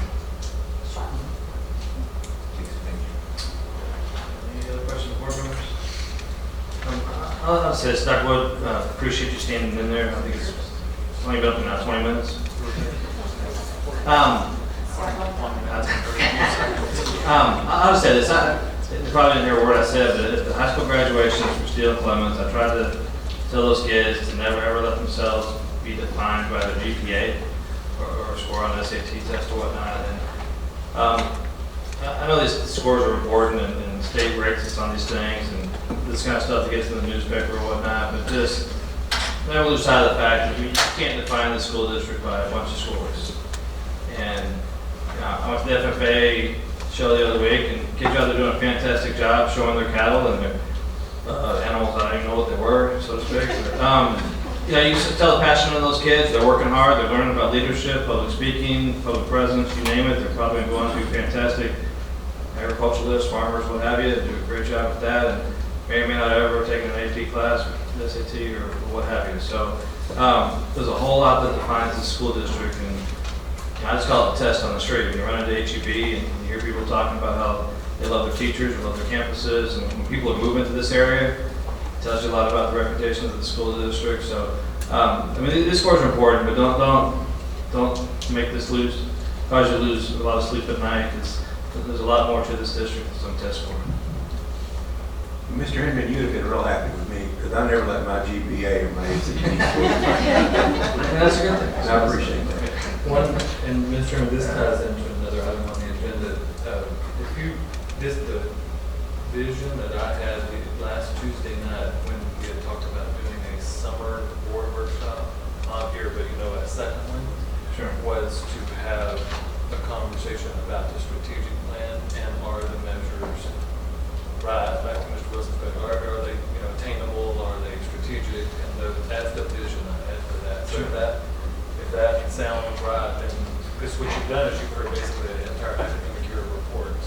You may have, in the preponderance of all those reports, not allowed to see if that really is the right measurement for us. Maybe that's a 3-hour workshop up to, but that's what it's devoted to. We're just talking about these measurements every summer. Now, in this particular summer, it's the end of this strategic plan. It's not updated, so this will be really important. I'm doing that every summer. And officially speaking, that report was supposed to be a public report for the public, and so that any members of the public have any comments or questions, now would be the time to do that as well. So any of you brave souls that are still here, anyone have any comments or questions? Ryan, you got any questions about the topic? Anything? Okay. All right. Thank you very much, Dr. Wood. Appreciate it very much. We'll move on now to a report on board advocacy. And this is an opportunity for the board to just regulate and grade itself in some sense on the activities we've participated in over the past month and different things going on around the district. And Dee Dee has provided us with a link in the agenda, if you care to look on that, just to see what each of us have been doing over this past month or two. But at this time, we'll just kind of go down the line here, and anyone has anything they'd like to report out, this is something you may have done that's unique or whatnot over the past month, feel free to do so. Mr. Crew? Able to actually attend a football game and went to a Veterans Day dinner, which was pretty cool, over at Swat. Westbrook? Well, I did my usual Tuesday watchdog at Green Valley Elementary in the cafeteria, and it's a wonderful event. Except I didn't do it the week of Thanksgiving, of course. I wanted to, but there was nobody there. I don't think there was anybody in town except me, obviously. But and then also on the November 29th, I was afforded the opportunity to do a high-rounding visit to Watts Elementary, and that was a wonderful, eye-opening, enlightening visit, and I appreciated that opportunity. So pretty much it for me. Thank you. Everybody have a Merry Christmas too, by the way. I said it before, but I was afforded the opportunity to join the board for the communities and schools, and I attended a campus chat at Marion, I guess it was high school, and it was very good. They brought in 3 of the students, and they talked to us about how they can benefit from that communities and schools program. So I got to learn more about what actually goes on. It was very good. And then that was last month. Last week, I got the opportunity to go along with the Education Foundation and hand out some grants to the teachers and programs in our school district, and that was fantastic opportunity to see them really get excited and watch the kids get excited when we went in with noisemakers and confetti. Then we stumbled in on a communities and schools program where they were wrapping gifts for some of the communities and schools participants. It was very beneficial, and I enjoyed that half-day tour of the schools. Everybody except the custodian.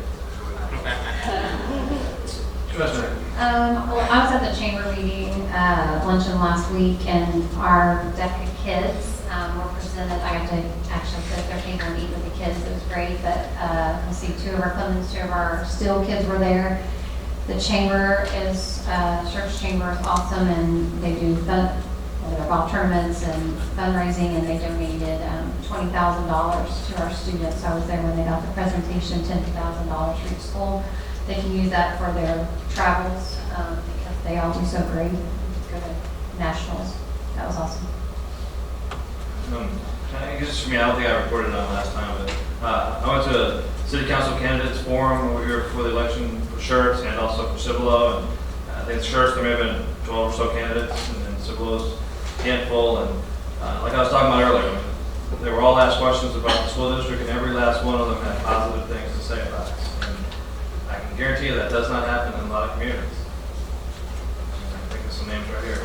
Just, that's a positive thing that we have folks in this community that are very supportive of the school district, that think really all are doing a great job, and they probably couldn't tell you what those test scores are. But they hear from their friends and family that we're doing a good job here in the district for the most part. Just want to let everybody know about that. So, anything else, board members? Okay. All right, we'll move on with the reports. First report, December 2016 construction update. Mr. Pruski and Mr. Mosley.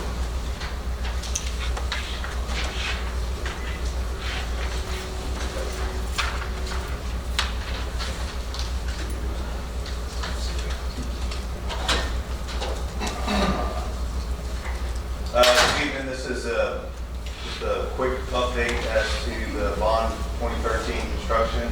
We are complete and closing up items for Adobe at this time. A few small items there.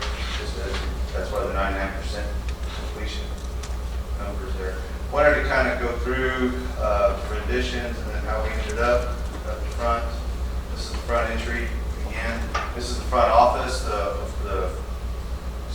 Not secure, but controlled access vestibule. To the right is the waiting area, then to the left are the workstations for the support staff. This is the mailbox room, the workroom for the staff, and then the upstairs area.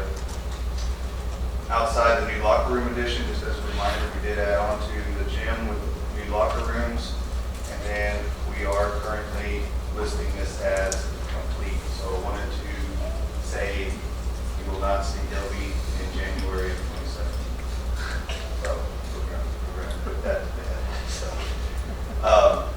as a reminder, this is not a bond item. Again, not a bond item, but the aquatic center is nearing completion in the city of Schertz.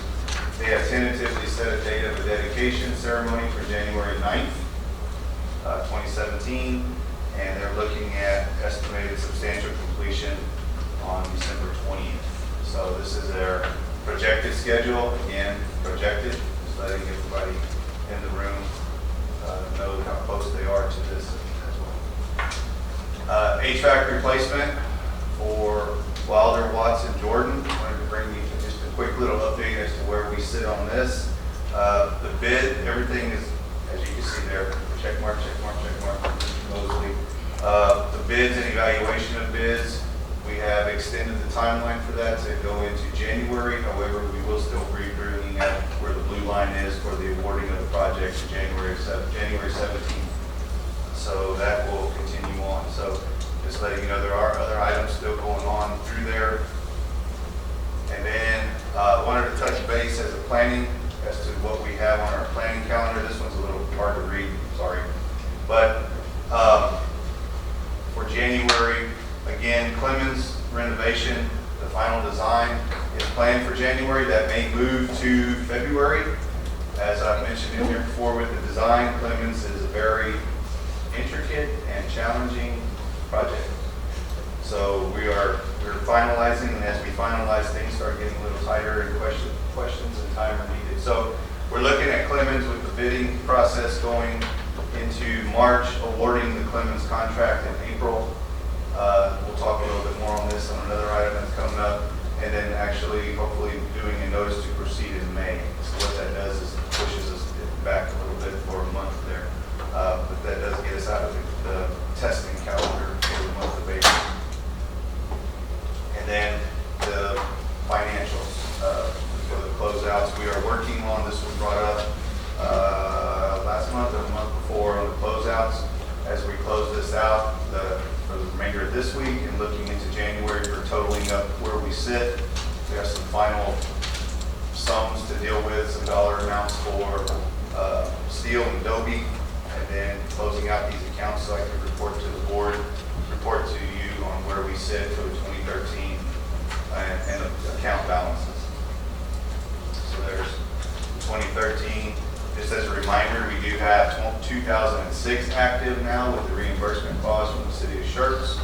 So there are some projects that are going forth, the clinic room project, the access control for Slaughter and Corbett. So you can see those amounts there. And then the district improvement projects, which are closed as well. Well, almost closed. The city of Schertz, Auditorium, they're almost at substantial completion. So that's the end of the report. Ms. Christie, where are we at with the dedicated turn lane into the Adobe parking lots? We are waiting to complete and finalize an interlocal agreement, and we are currently in the negotiation process for finishing and crossing the T's and dotting the I's of that document, sir. Good luck. Thank you. Anything else? Okay. Thank you, Mr. Bruski. Thank y'all. Next item is the annual announcement of the status of continuing education training received by board members.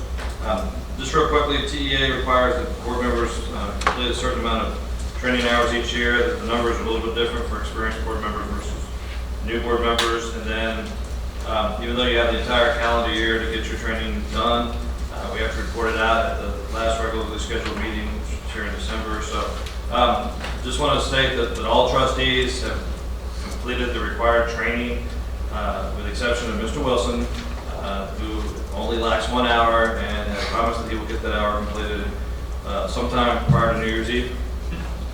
Preferably New Year's Eve. You get it scheduled? 11:59. Next weekend.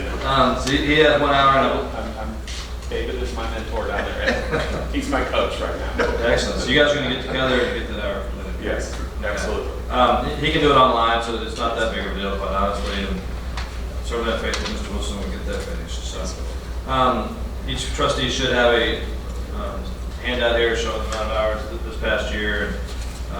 No reason why you can't get more than the minimum required, but this shows you what you have to have on an annual basis. So, any questions about that? Very good. Anything, Dee? Let us know. Okay. All right, next item on the agenda is the overview of the December 6, 2016 board training, good governance health check that we just went through. And Dr. Gibson just wants to report out and share a summary of that. Yeah, quick summary, and I appreciate everyone taking the time last week for two board meetings. And we, at the end, I appreciate Mr. Suarez, the notes that we took. Everybody will look at the back real quick, or I guess it could be the front, we could be looking at the back now. So it's not numbered. But what makes SCUCISD, that was the warm-up activity, if y'all remember. Yeah, we captured those, and we'll flesh that out a little bit, but that was captured, so there those are. And then real quickly, if you were recollect, we went through each indicator, and you all asked yourselves the question, what could make us a little bit better? I think was the way it was worded. That's a quick summary of those. I would ask that you just take that with you if that seems about right. Don't do anything. If something doesn't seem about right, let me know, and then we will collapse that into a follow-up action plan and over the next. Well, when we have the June meeting or that summer meeting, we'll report on how we're doing. This is just not the start of that. Is that fair enough? Captures what we said that night. Mr. Wilson, one other thing I might insert, if it's okay with everybody, under number 3, after the fact, you had sent an email to Mr. M and I about maybe bringing the ethics hotline number to a more prominent place. I might go ahead and since that was briefly discussed that night, and just insert that under number 3, if that's okay with everybody. I think it's kind of your afterthought of that meeting. Yes. Okay, so can I just capture in this, because then it winds up on a follow-up report, if you will. And then it'll be 3, yes. 2, sorry. Right. Question number 2. Yeah, question number 2. Should we put it under 2? Yeah. Question number 2. I'll incorporate that into this. Appreciate that. You bet. Good on that? All right. Next item is the overview of the SCUC key work processes and first round of results from the district services survey. Okay, this falls under the category more than you want to know. but we're going to briefly, and just let you take these with you. Mr. Westbrook, the other night at the same training, you asked a really good question about work and how we divide out our work and how we know, how we feel that how we believe that the customers of that work, the direct customers of that work are satisfied with it. So this is going to be the quick tour. We're going to just flip through this very succinctly. We are using Studer. You also asked a question about a student the other day, Mr. Westbrook, so this might give you a concrete example with respect to, I said we do use them, and we're happy with what they're providing for us.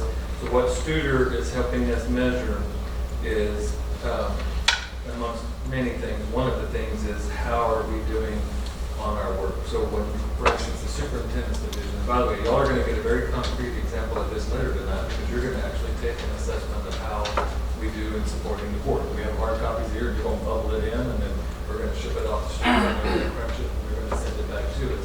Because a part of what Dee and I and a few others do in the quote-unquote superintendent's division is we provide services to the board. So Dee and I, whereas we would love to answer the question, we do grade 100% of the time, and don't you dare think anything different.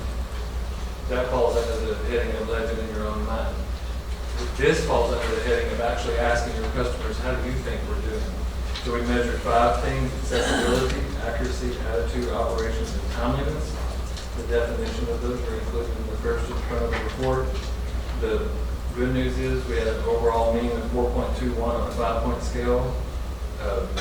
The challenging news is that put us in the 42nd percentile of this group, this particular group, because this is a very high-performing group that we're comparing ourselves to.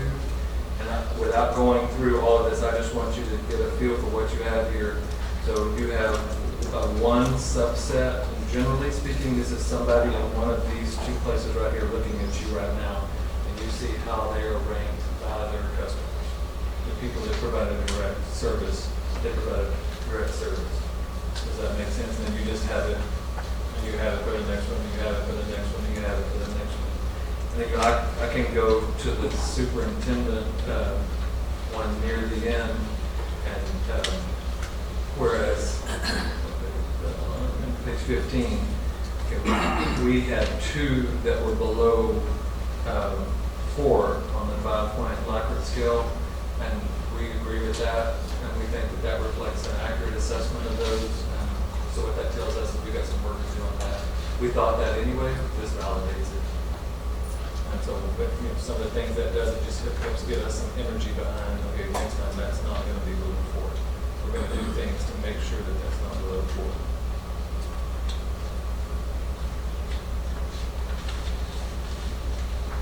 I can talk about this stuff all night. Now I choose to stop there. So what you're saying, Dr. Gibson, is being a legend in your own mind is a negative thing? In your own mind is a good thing. As long as you keep it there. Anyway, any questions on that? These were embedded, well, these will be embedded in the future in the priority 2 and priority 3 reports. Just so everybody knows. This was just the first time we did it this way. We just wanted to report it out like this, and we'll embed it in the priority 2 and 3 reports in the future. All right, next item on the agenda is a report, update on safety and security integration team. Ms. Chen. Thank you. Per our board policy CK Legal, safety program and risk management, it says the district shall establish a school safety and security committee, and at least once every 3 years, the district shall conduct a safety and security audit of the district's facilities.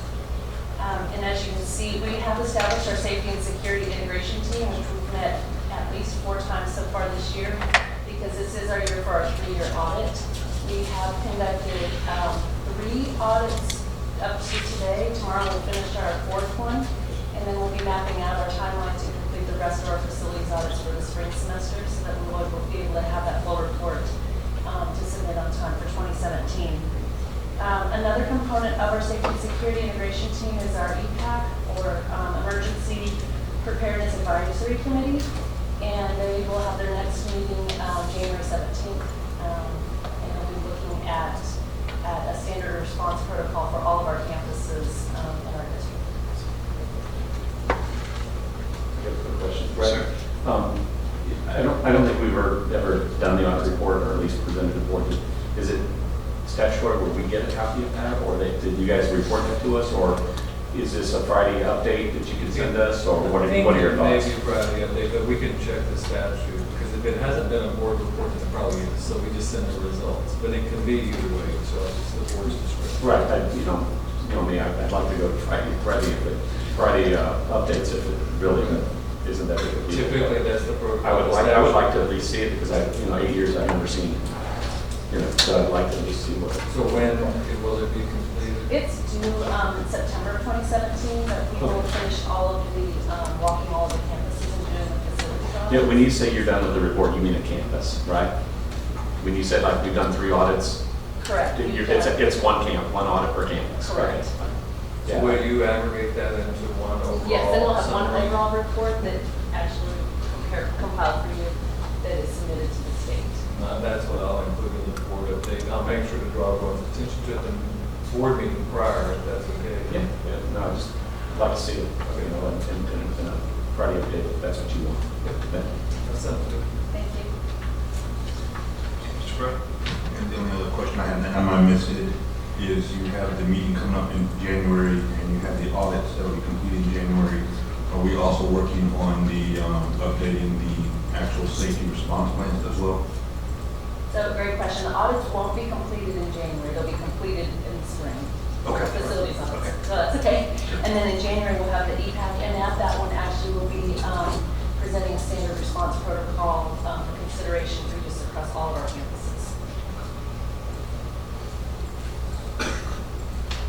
Any further questions on that? Okay, thank you very much. All right, next item is report preparation for the 85th legislative session, the TASB Legislative Conference. A couple things on that. Years ago, we made a commitment to having consistent board meetings and not just moving them all over the place willy-nilly for political reasons. So we always meet the third Tuesday of each month. That's in our board policy. But it just so happens that the TASB Legislative Conference is also scheduled for that third Tuesday, the 21st of February. For those of you that haven't been, usually you have a general conference in the morning, hear from various legislators about what's going on at the Capitol, and then in the afternoon, you walk around the Capitol and visit with your legislators. So those make it out by 3, they make it out by 4. No telling, you guys know how Austin traffic is. So my belief, and I believe Dr. Gibson as well, we would not be best served to have our board meeting that night. So that's the rationale behind it. So as far as looking for an alternative night, the administration already thought through. Yeah, Dee, what you had a couple. February 16th. So that would be the third Thursday. Thursday prior. Does anyone have any questions or issues with the rationale for moving the board meeting? Yeah, I'm okay with keeping it. I just think we need to be realistic and say we're not going to do the office visits. Because to your point, once you go over there, you lose a little bit of control. Well, the representative's not here, but he said don't go anywhere. He'll be right back with some coffee, for everyone. You're waiting. And if you're going to do it, you kind of just, you're at their mercy. And you mentioned traffic. We're at the mercy of the house. So this, Looking for the third Thursday, which is 16th, February 16th. Again, want to be courteous to everyone, so does anyone see any conflict in their schedule? You plan to go to the legislative conference? Yes. Correct, or dear. This isn't, we're going to go up as a group like we did last year. I mean, this has nothing to do with that, right? Well, there's not necessarily. Getting prepared for it and what we're going to do is another issue. No, I don't mean that. I mean, last year we took, we went. we'll do 3 different events, one in February, one in March or April, and then one at the end of the session. Okay. This is that first conference where we sit in a room and listen. To Right, but we're still have an opportunity as a board to go try to get, on a different day. Yeah, sure. This will be the first of 3. Yeah, I don't have this. Yeah, so we're just not trying to decide, because again, the way we did this, we're going to have our meetings on the third Tuesday of each month, unless this board agrees to do otherwise. So we're looking at this as being a valid reason for moving the agenda. So I guess the question is, does anyone have any objection or heartburn about moving the meeting to a different night? And is that the third Thursday okay? Third Thursday. Okay, so it is, who, and while we're on that subject, who plans to go tentatively right now? Gary, Amy, so on the 21st, Mark? No, I won't go. Okay, Robert? So, okay, so 3, it sounds like pretty strong, and 2 maybes and 2 no's. So that, my point with that is it's more than just Gary and Hunter going. It sounds like there's 2 other trustees also.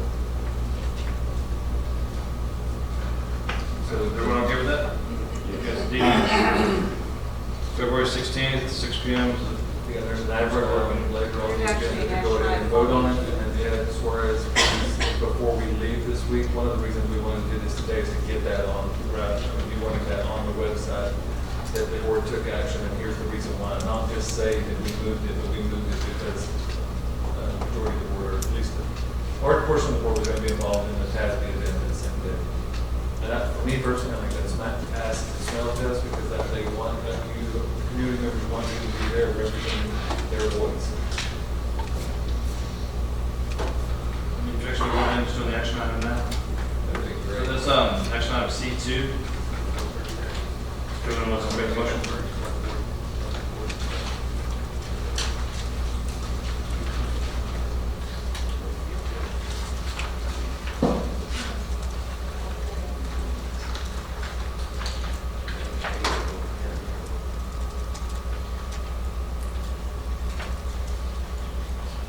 I move the Board of Trustees change the date of the regular board meeting in February from February 21st, 2017 to February 16th, 2017 due to the conflict with TASB Legislative Conference in Austin. Second. A motion second. Any further discussion? If not, all those in favor, raise your right hand. Any opposed, same sign. Motion passes unanimously. All right, thank you, and we just covered 3 items for tonight's agenda. And Mr. Wilson, to kind of, as far as what we're going to do that day and kind of coordination with the board, we'll address that in the January board meeting. Okay, just make a plan for what we're going to do when we get there. All right, next item.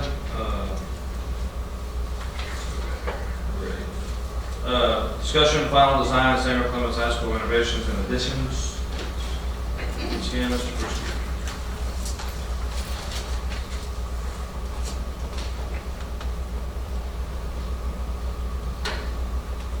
Yes, good evening. This is another update version, more along the lines of the, not many things from what I shared last month have changed. It's just a quick reminder of what we're going through, some of the small changes that have occurred, and then moving forward, kind of what I touched on the earlier report of the change on the schedule.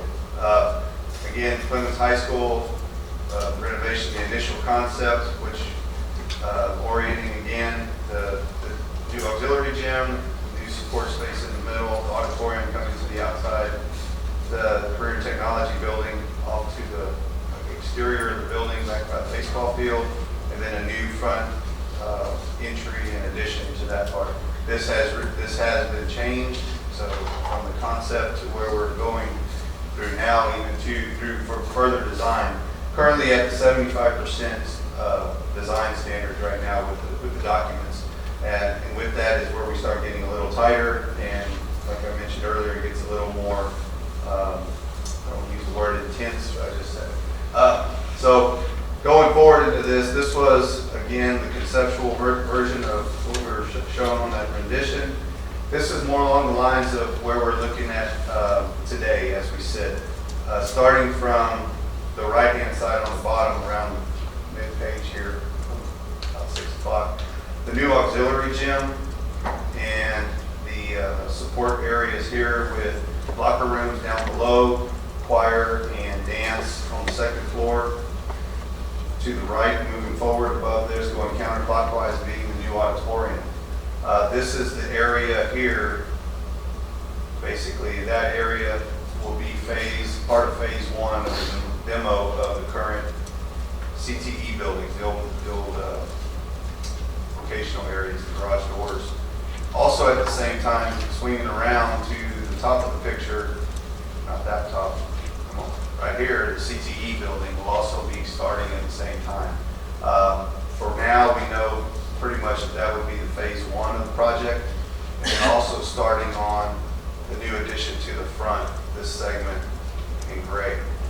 With the classroom addition, which was going to be, if you recall, in the auditorium space, that is going to be vacated, bringing it out to the front, having the classroom addition, moving down this wing would then become the admin addition and support for the campus as well, with the new front facade there.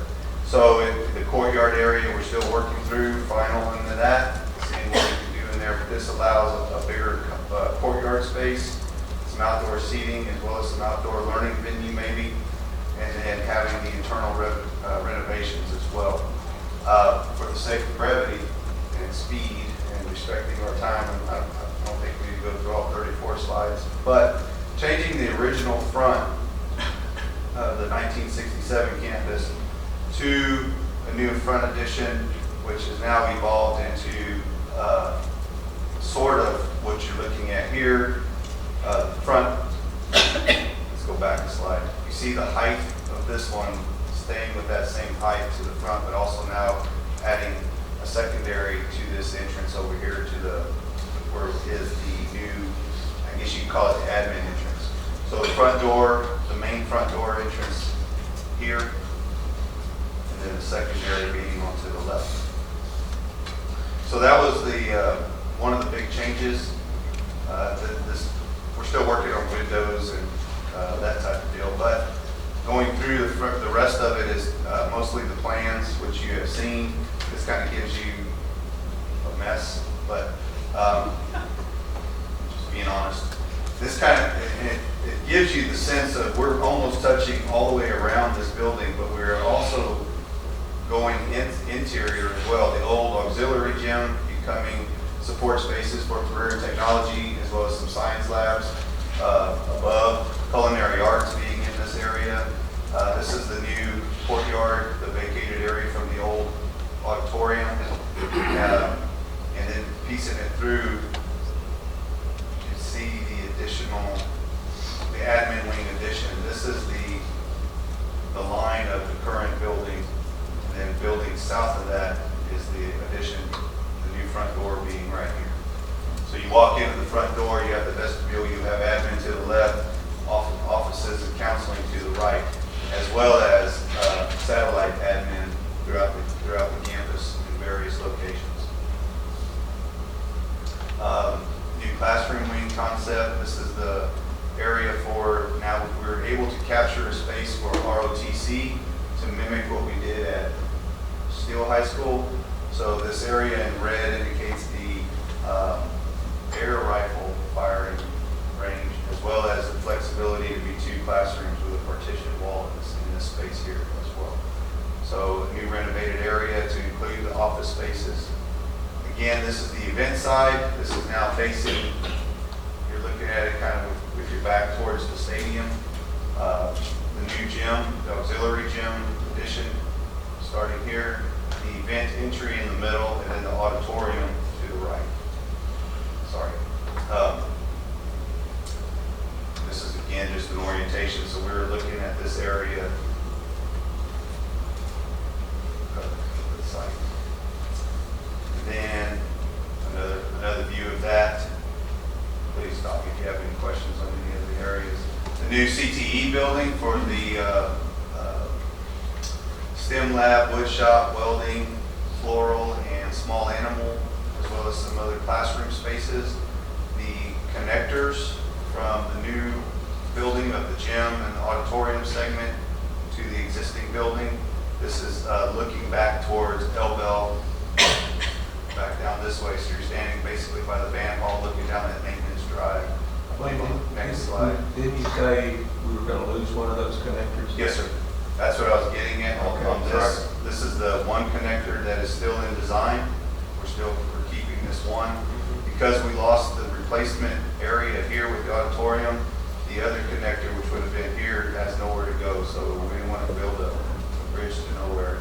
So having this drive existing, and then the connector here for the circulation, the interior circulation, taking the campus to what we're going to is the challenge of the student circulation. So there's going to be some modification to those hallways, and this is a big help as well to alleviate some of that. So going back to your question, Mr. Pivotal, that one is going to stay. It's the one in the back. This front one will no longer be there.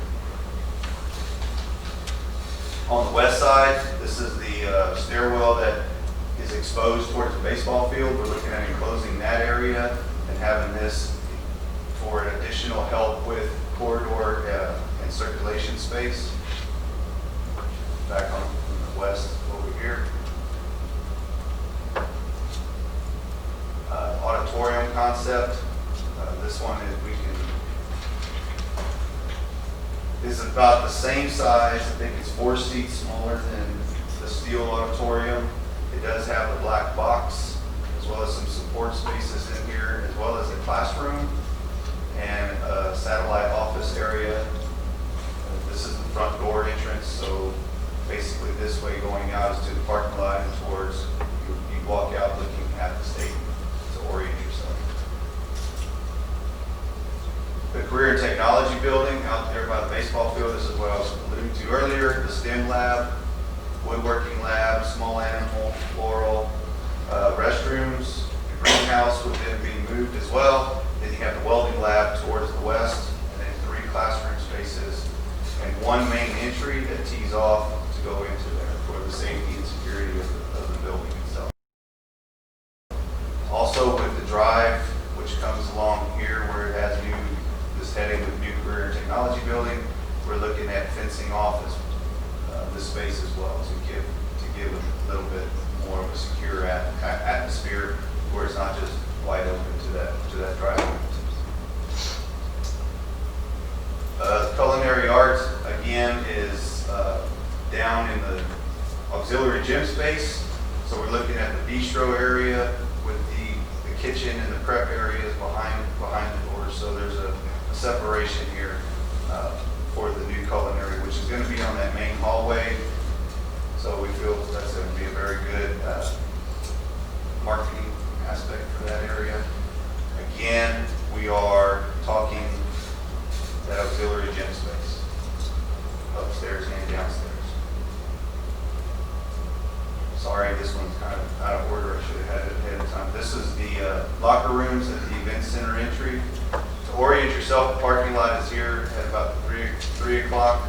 You come in, this is an elevated stairwell. You go upstairs. This is the first floor plan. So you have the new PE locker rooms. You recall that the auxiliary gym, there's some old locker rooms in there. So when we take that down, we have to place these. And this is beer gym down to the bottom of the page. So you have a corridor space, beer gym, new gym off to the right. And then the support spaces for PE, athletics, various other areas in the other supports, I should say. The auxiliary gym attached to Beard. This is Beard gym in the middle, the new auxiliary gym. It's not a true competition. It can be used for during tournaments. It'll have minimum seating in there of 200 maybe seats, and have an access door here for community use, and you can lock it down. You won't have the flow going through the building like we do now with the current aspect. New health and science, new science and health, occupation labs that are going to be the renovation area at the old gym, the auxiliary gym. A typical remote admin. Some of this has been modified a little bit, but this is kind of the point where you have 2 offices, a waiting area, and a small conference room. These areas will be put in the strategic areas of such as D&E wings, back in the science wing, and then upstairs above, right when you walk into the main entrance now, is A wing, having one upstairs, as well as the remote one into the new auditorium space.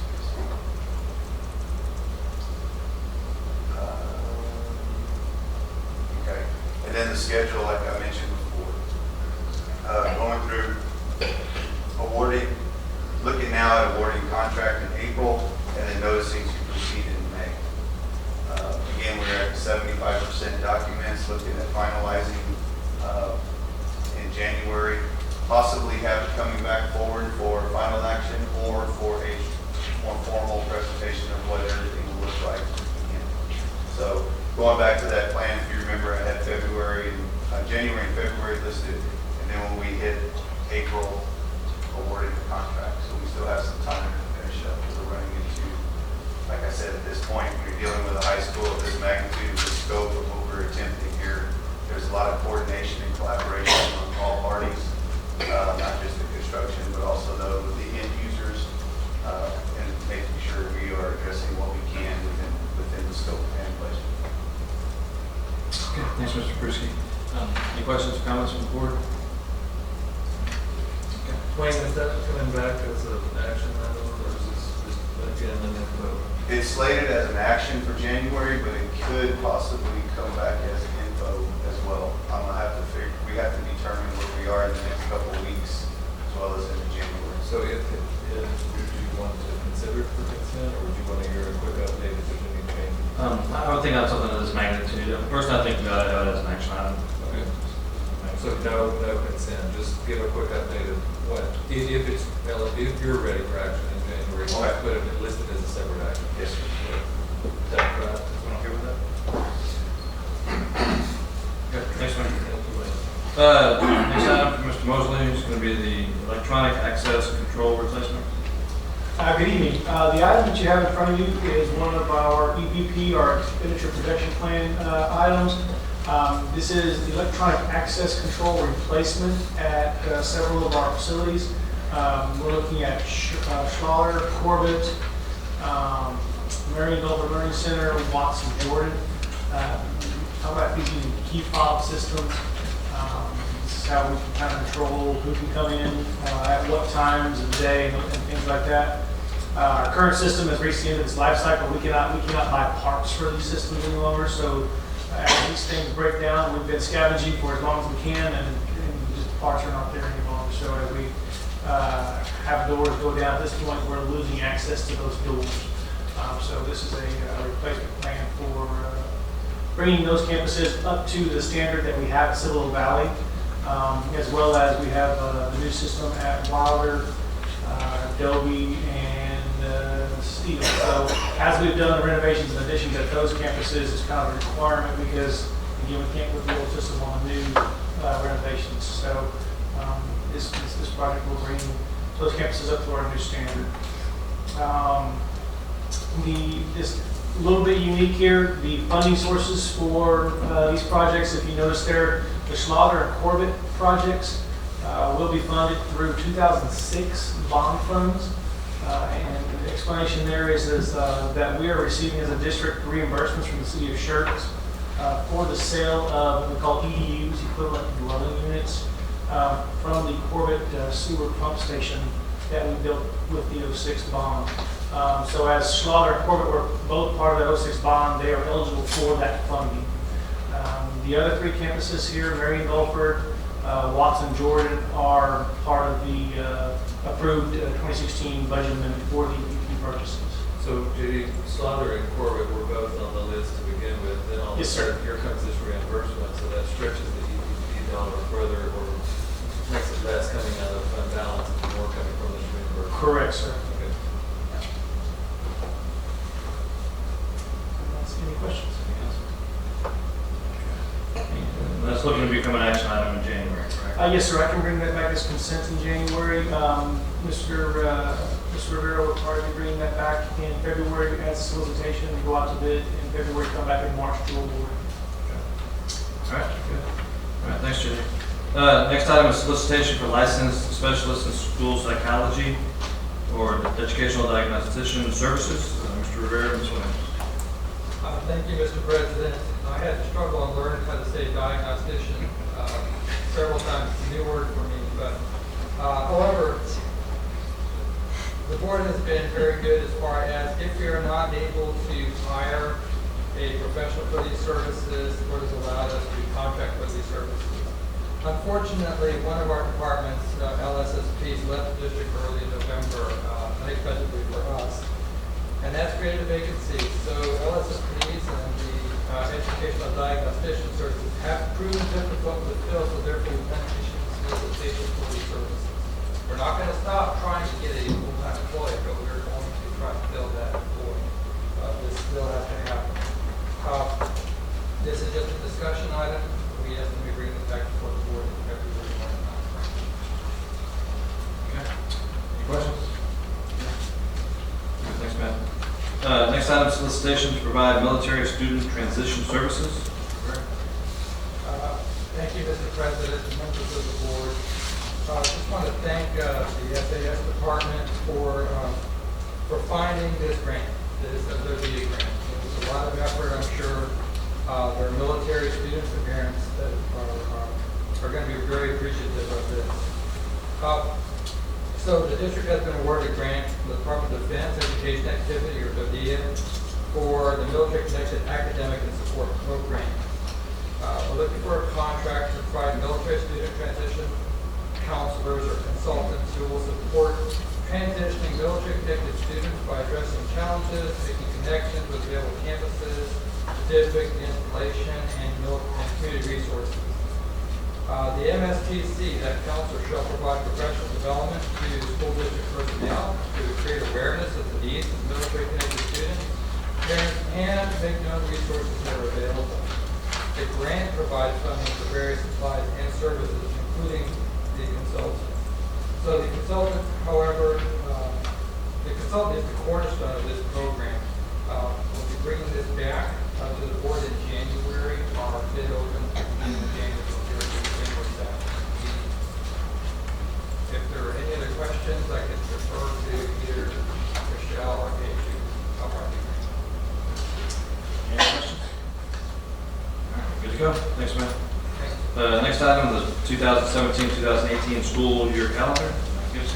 Thank you, President and trustees. So what you have or being distributed here is basically the 16-17 calendar as far as like when we take each break, that sort of thing, just applied to the 17-18 year.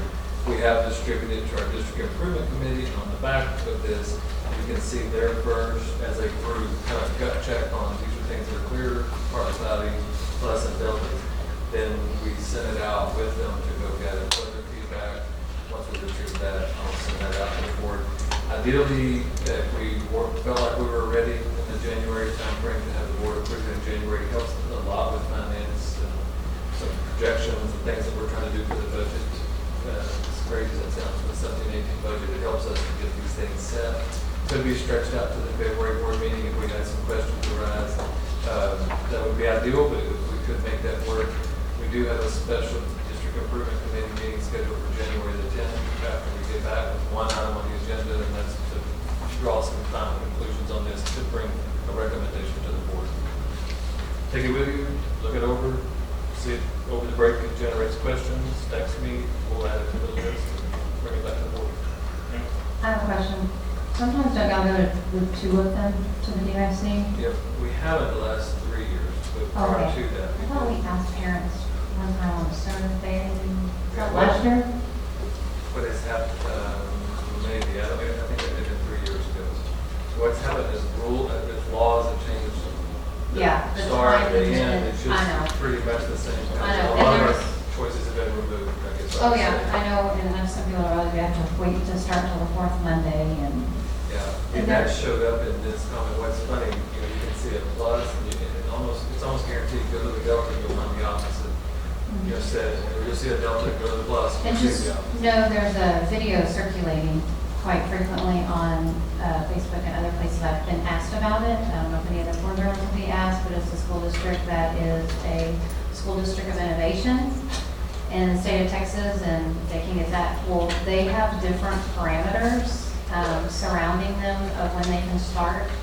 And so I've been asked, why are we not doing something like this? They're taking a fall break, they're going to start a week before, but we don't have that. Yeah, so now you're in the 17-18 goals, that's good. So sneak peek, here they are written in the back of my little white book. So number 2, 3, 4 is district of innovation. So one of the things I want to bring back to the board in January is that consideration. It would not be for 17-18. It would be for It would be for the following school year, because it takes a year of planning. Calendar is one of them releases. Take some regulate, the state, you lose some of the,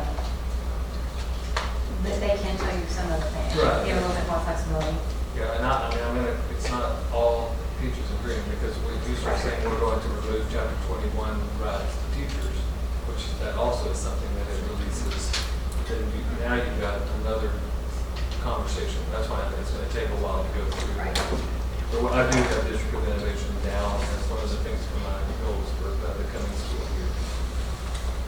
Thank you for the opportunity to give you a sneak peek at mine.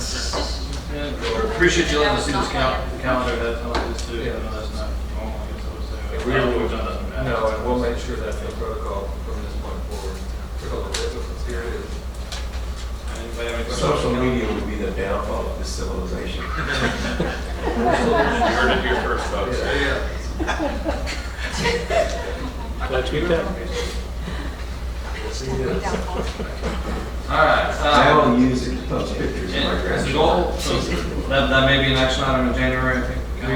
We would like it to be, but you know, a lot of it depends on the feedback and discussion on that January 10th.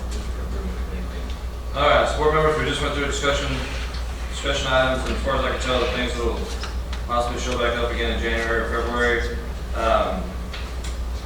Looks like the final design on Samuel Clemens High School, we'll have that as an action item, most likely for January. Correct? Ready to go? Okay. And then the electronic access control replacement, I think that's okay for the consent agenda, unless anyone objects to that. And you can always pull items if you want to have a special discussion on it. The educational diagnostician services, looking at doing that as a consent agenda item in January.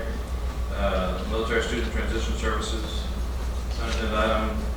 And the calendar, I would suggest we make that as an action item whenever it does come out. That's a pretty important topic, just to make sure it doesn't look like we're just sliding it through there. We actually look at it. So, everyone okay with that? Okay. All right. Having said that, next item is consent agenda items. So we have 1 through 6. Do we have any board members that would like to pull and separately discuss any of those items? Matt, we have a motion on the entire consent agenda. I move the Board of Trustees approve the consent agenda as presented. Second. We have a motion and a second. Any further discussion or comments? If not, all those in favor, raise your right hand. Any opposed, same sign. Motion passes unanimously 7-0. We have one action item remaining, the request for board approval, solicitation for Rose Garden Elementary School replacement campus. Mr. Rivera.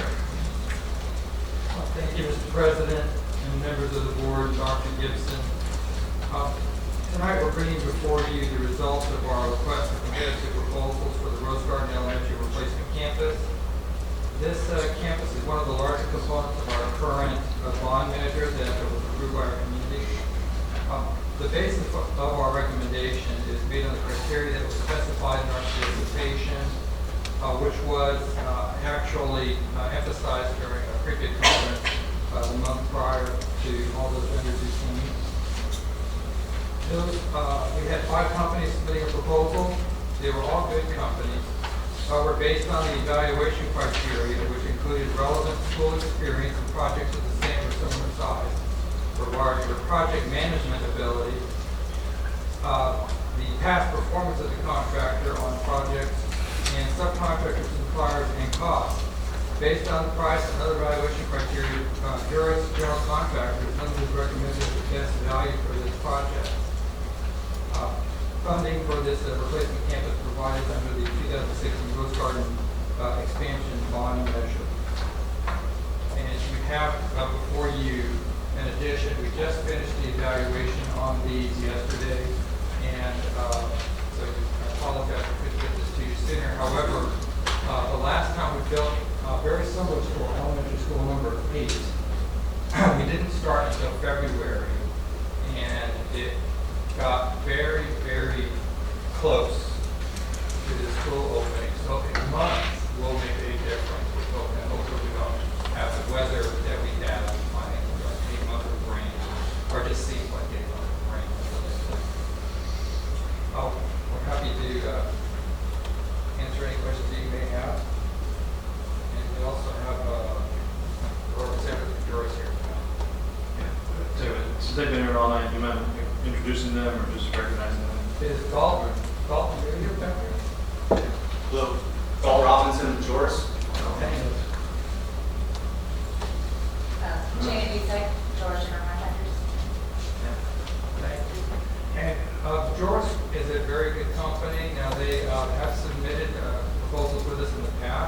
However, we use the same evaluation criteria consistently.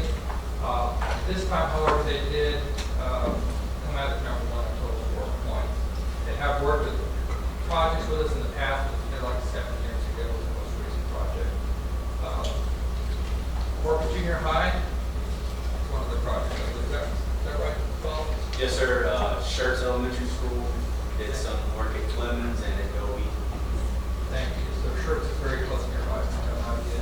Corporate very well done as well. Mr. President, I move that the Board of Trustees accept the proposal from Jar's Funeral Contractors Ltd.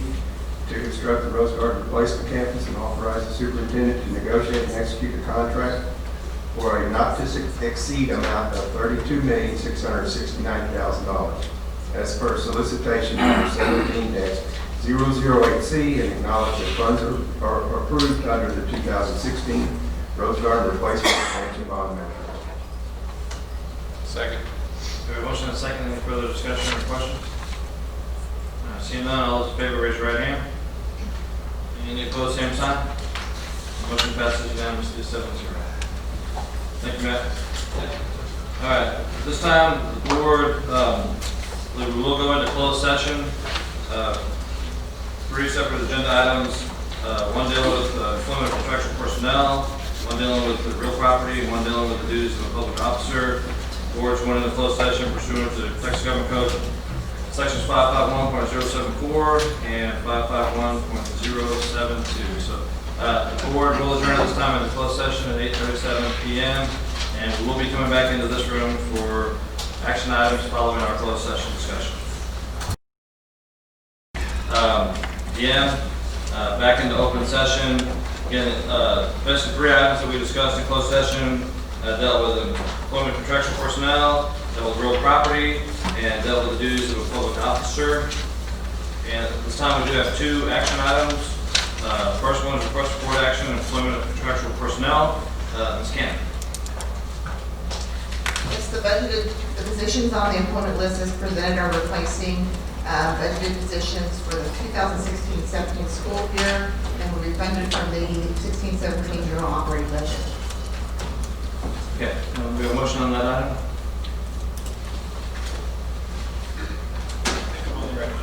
I move the Board of Trustees approve the employment list as presented of contractual personnel for the 2016-2017 school year. I second. Motion and second. Any further discussion or questions? Seeing none, all those in favor, raise your right hand. Any opposed, same sign. Motion passes unanimously 7-0. Next item up on the agenda, board consideration and possible action, reorganization of the Board of Trustees. Do I have a motion on this item? Anyone have a motion?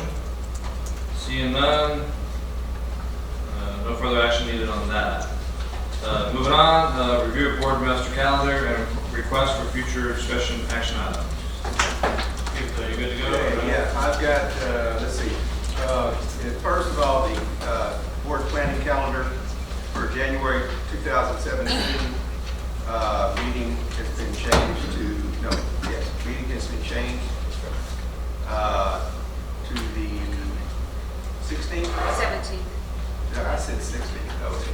I was making the motion. We're talking about January. Oh, January. Isn't that the TASB February? I'm sorry. You're good. It's too late. I'm old. Okay, wait.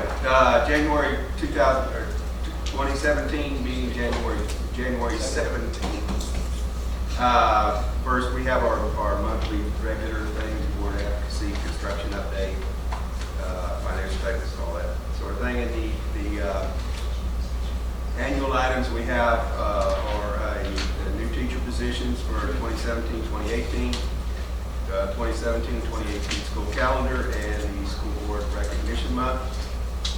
It's always good to be recognized, unless you're at the HEB.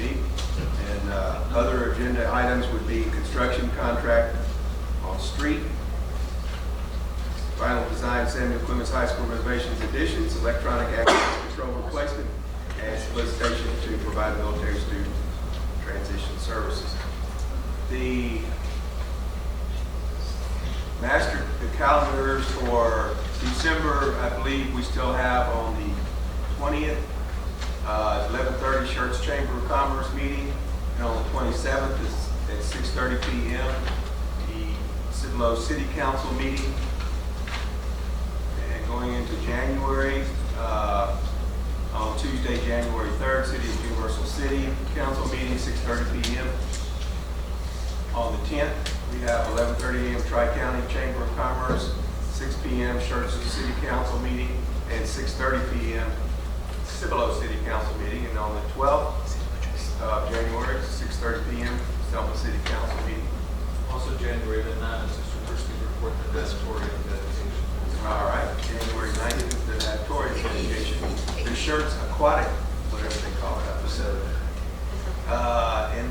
On Tuesday, January 17th, 11:30, Schertz Chamber. Thank you. Schertz Chamber. I wonder I'm going for a second. I'm yelling. Schertz Chamber meeting and 6 p.m. regular board meeting for the school board. And on the 24th, I'll just go ahead and say it, 24th, we have 6:30 p.m. Cibolo City Council meeting.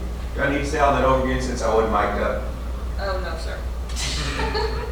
Can I say it over again? No. I think that's it. Any questions or comments about the calendar itself moving forward? Anyone have any requests for future agenda items or anything we need to discuss as a board? Mr. Westbrook? I'm not sure how to phrase this, but maybe sort of risk management policies or risk management in general for the school district. I went to the SCUCISD meeting. There was a discussion of the risk management and different things that different districts had. And I just know I'm unfamiliar with the risk management policies and procedures for this district. So. We need to narrow down, or that's kind of. I know it's broad. I just. We can start with broad and just show what policies exist and show some of our key practices, and then we'll just see it. So what were they discussing? Yeah, would it be okay, Mr. Westbrook, if you got together separately with Dr. Gibson and just whatever specific questions you may have, bigger picture, you guys kind of fine tune what it is you're looking for? Yes. Like this? That's good. That's good. Yeah, just so that sounds like a big project, but I know you probably have something in mind. So those two on the same page. Sounds good. Yeah. Okay. Good. Anything else? And I have two things. Sure. One is what I asked for tonight. I don't know what format to provide it in, but the one about the academics versus the attendance. Right. I don't know what the best format is. That could be just in the Friday. Well, we were going to put it in the Friday. We were just talking about that, if that's all right. Sure, that's perfectly fine. So the follow-up on the attendance and the academic. Related to the distinctions, Mr. Pruitt? I'm sorry? Related to the distinctions? Yes. Okay, absolutely. Yeah, whatever the best format for y'all. And then the other is after the January 17 meeting with the safety committee at a reasonable time after that. Just having a follow-up on where we're at with that.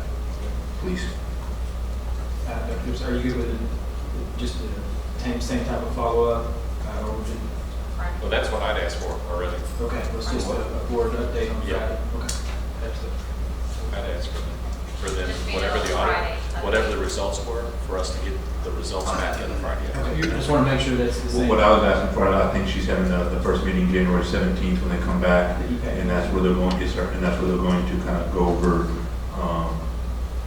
kind of where they're at with everything, and I think direction at a reasonable time, because I know there's some other things that go on after that, just maybe in February's meeting or something, we just have to kind of figure this is where we're at with it. Yeah, I think, Mr. Wilson, what you were asking for has to do more with the overall, because the evaluation of campuses will continue throughout the spring. So I think Right, bring it back in the spring, whenever you guys are done with the audit. I'd just like to see the audit results in the Friday update. Two things. Two things is right now, on the one that Mr. Bruce on that. What we were thinking about doing was embedding that in the priority 3 report, because those line up so well. So when we're on the power indicator for priority 3, that's when we hear EPAC report, and maybe that's where we hear community advisory, because those link up to the community. So then when we do priority 2 report, then we hear district improvement committee and staff advisory committee. Then when we hear priority 1 reports, probably district improvement committee maybe, and the other advisory groups. So just kind of, and that way it's systematic. Here's this EPAC report 2 times a year, quick update on this happening to those advisory. Because it's a good point, those are not embedded in our monthly report. Sure. And I think it, So we're on the same page. My concern would be, should something happen of any magnitude, we don't have the right things in place to prepare for it. And making sure that we have the right updates and the right current standards in that area. That's to me, I think that links up with priority 3, which is community. Are we doing things right? Safety's got to be a factor. I would. That's a big part. And just one, no, I don't want to get out of here, so I'm sorry. And the one other thing that I would just consider, and I know she left a little early, or she left, I don't know, but just to make sure that these substitutes get the same training, because that's one of the things that when I was on that committee before that kept coming up, is that on average day we have X percentage of substitutes who truly are just given a book, and should there be an issue, they're fumbling through the book. So maybe during the training period of the substitute, once this is all finalized, we factor in something there that we go over certain parts of that, so at least the substitute kind of has a game plan too. And we can work with HR on that substitute handbook or whatever it may be. That could be different on text, but yes, we can work on that. Thank you. Okay, one other item, Dr. Gibson, I guess we're just handing out some board surveys here. Do you want to explain this real quickly? Yeah, so it's not technically an agenda item. we just chose to do it right now. It links up to the work process report earlier, so but we didn't want to take the time right then in the middle of the meeting to do it. This is a gut feeling, and so whatever. No, we didn't. You've already turned ours back. Yeah, this time's already done it. So just probably the main thing is, do you understand accessibility, which Steve defined, or Melissa, rather one of the two, to see how they're defined there. As a 5-point locker, gut feeling, and we're going to stick them in this envelope and ship them off to an outside consultant. But, and I would just, I think it takes 5 minutes. I'll let you, if you want to come back. I'll collect those. Okay, so the goal would be to complete these before you leave here tonight and just hand them to me. I'll put them in the envelope. And seal it, and then go send them to the sticker, right? That's okay. Yep. All right, other than that, anything on anybody's mind? All right, have a great Christmas holidays. Ed's going to take our group photo here in a second. Yes. And that's going to go into what? It's the holiday card that we send out. Staff? What? Staff, and we can put it on the website and social media. Okay. All right, anything further? All right, with that, I guess we have adjournment at 9:43 p.m.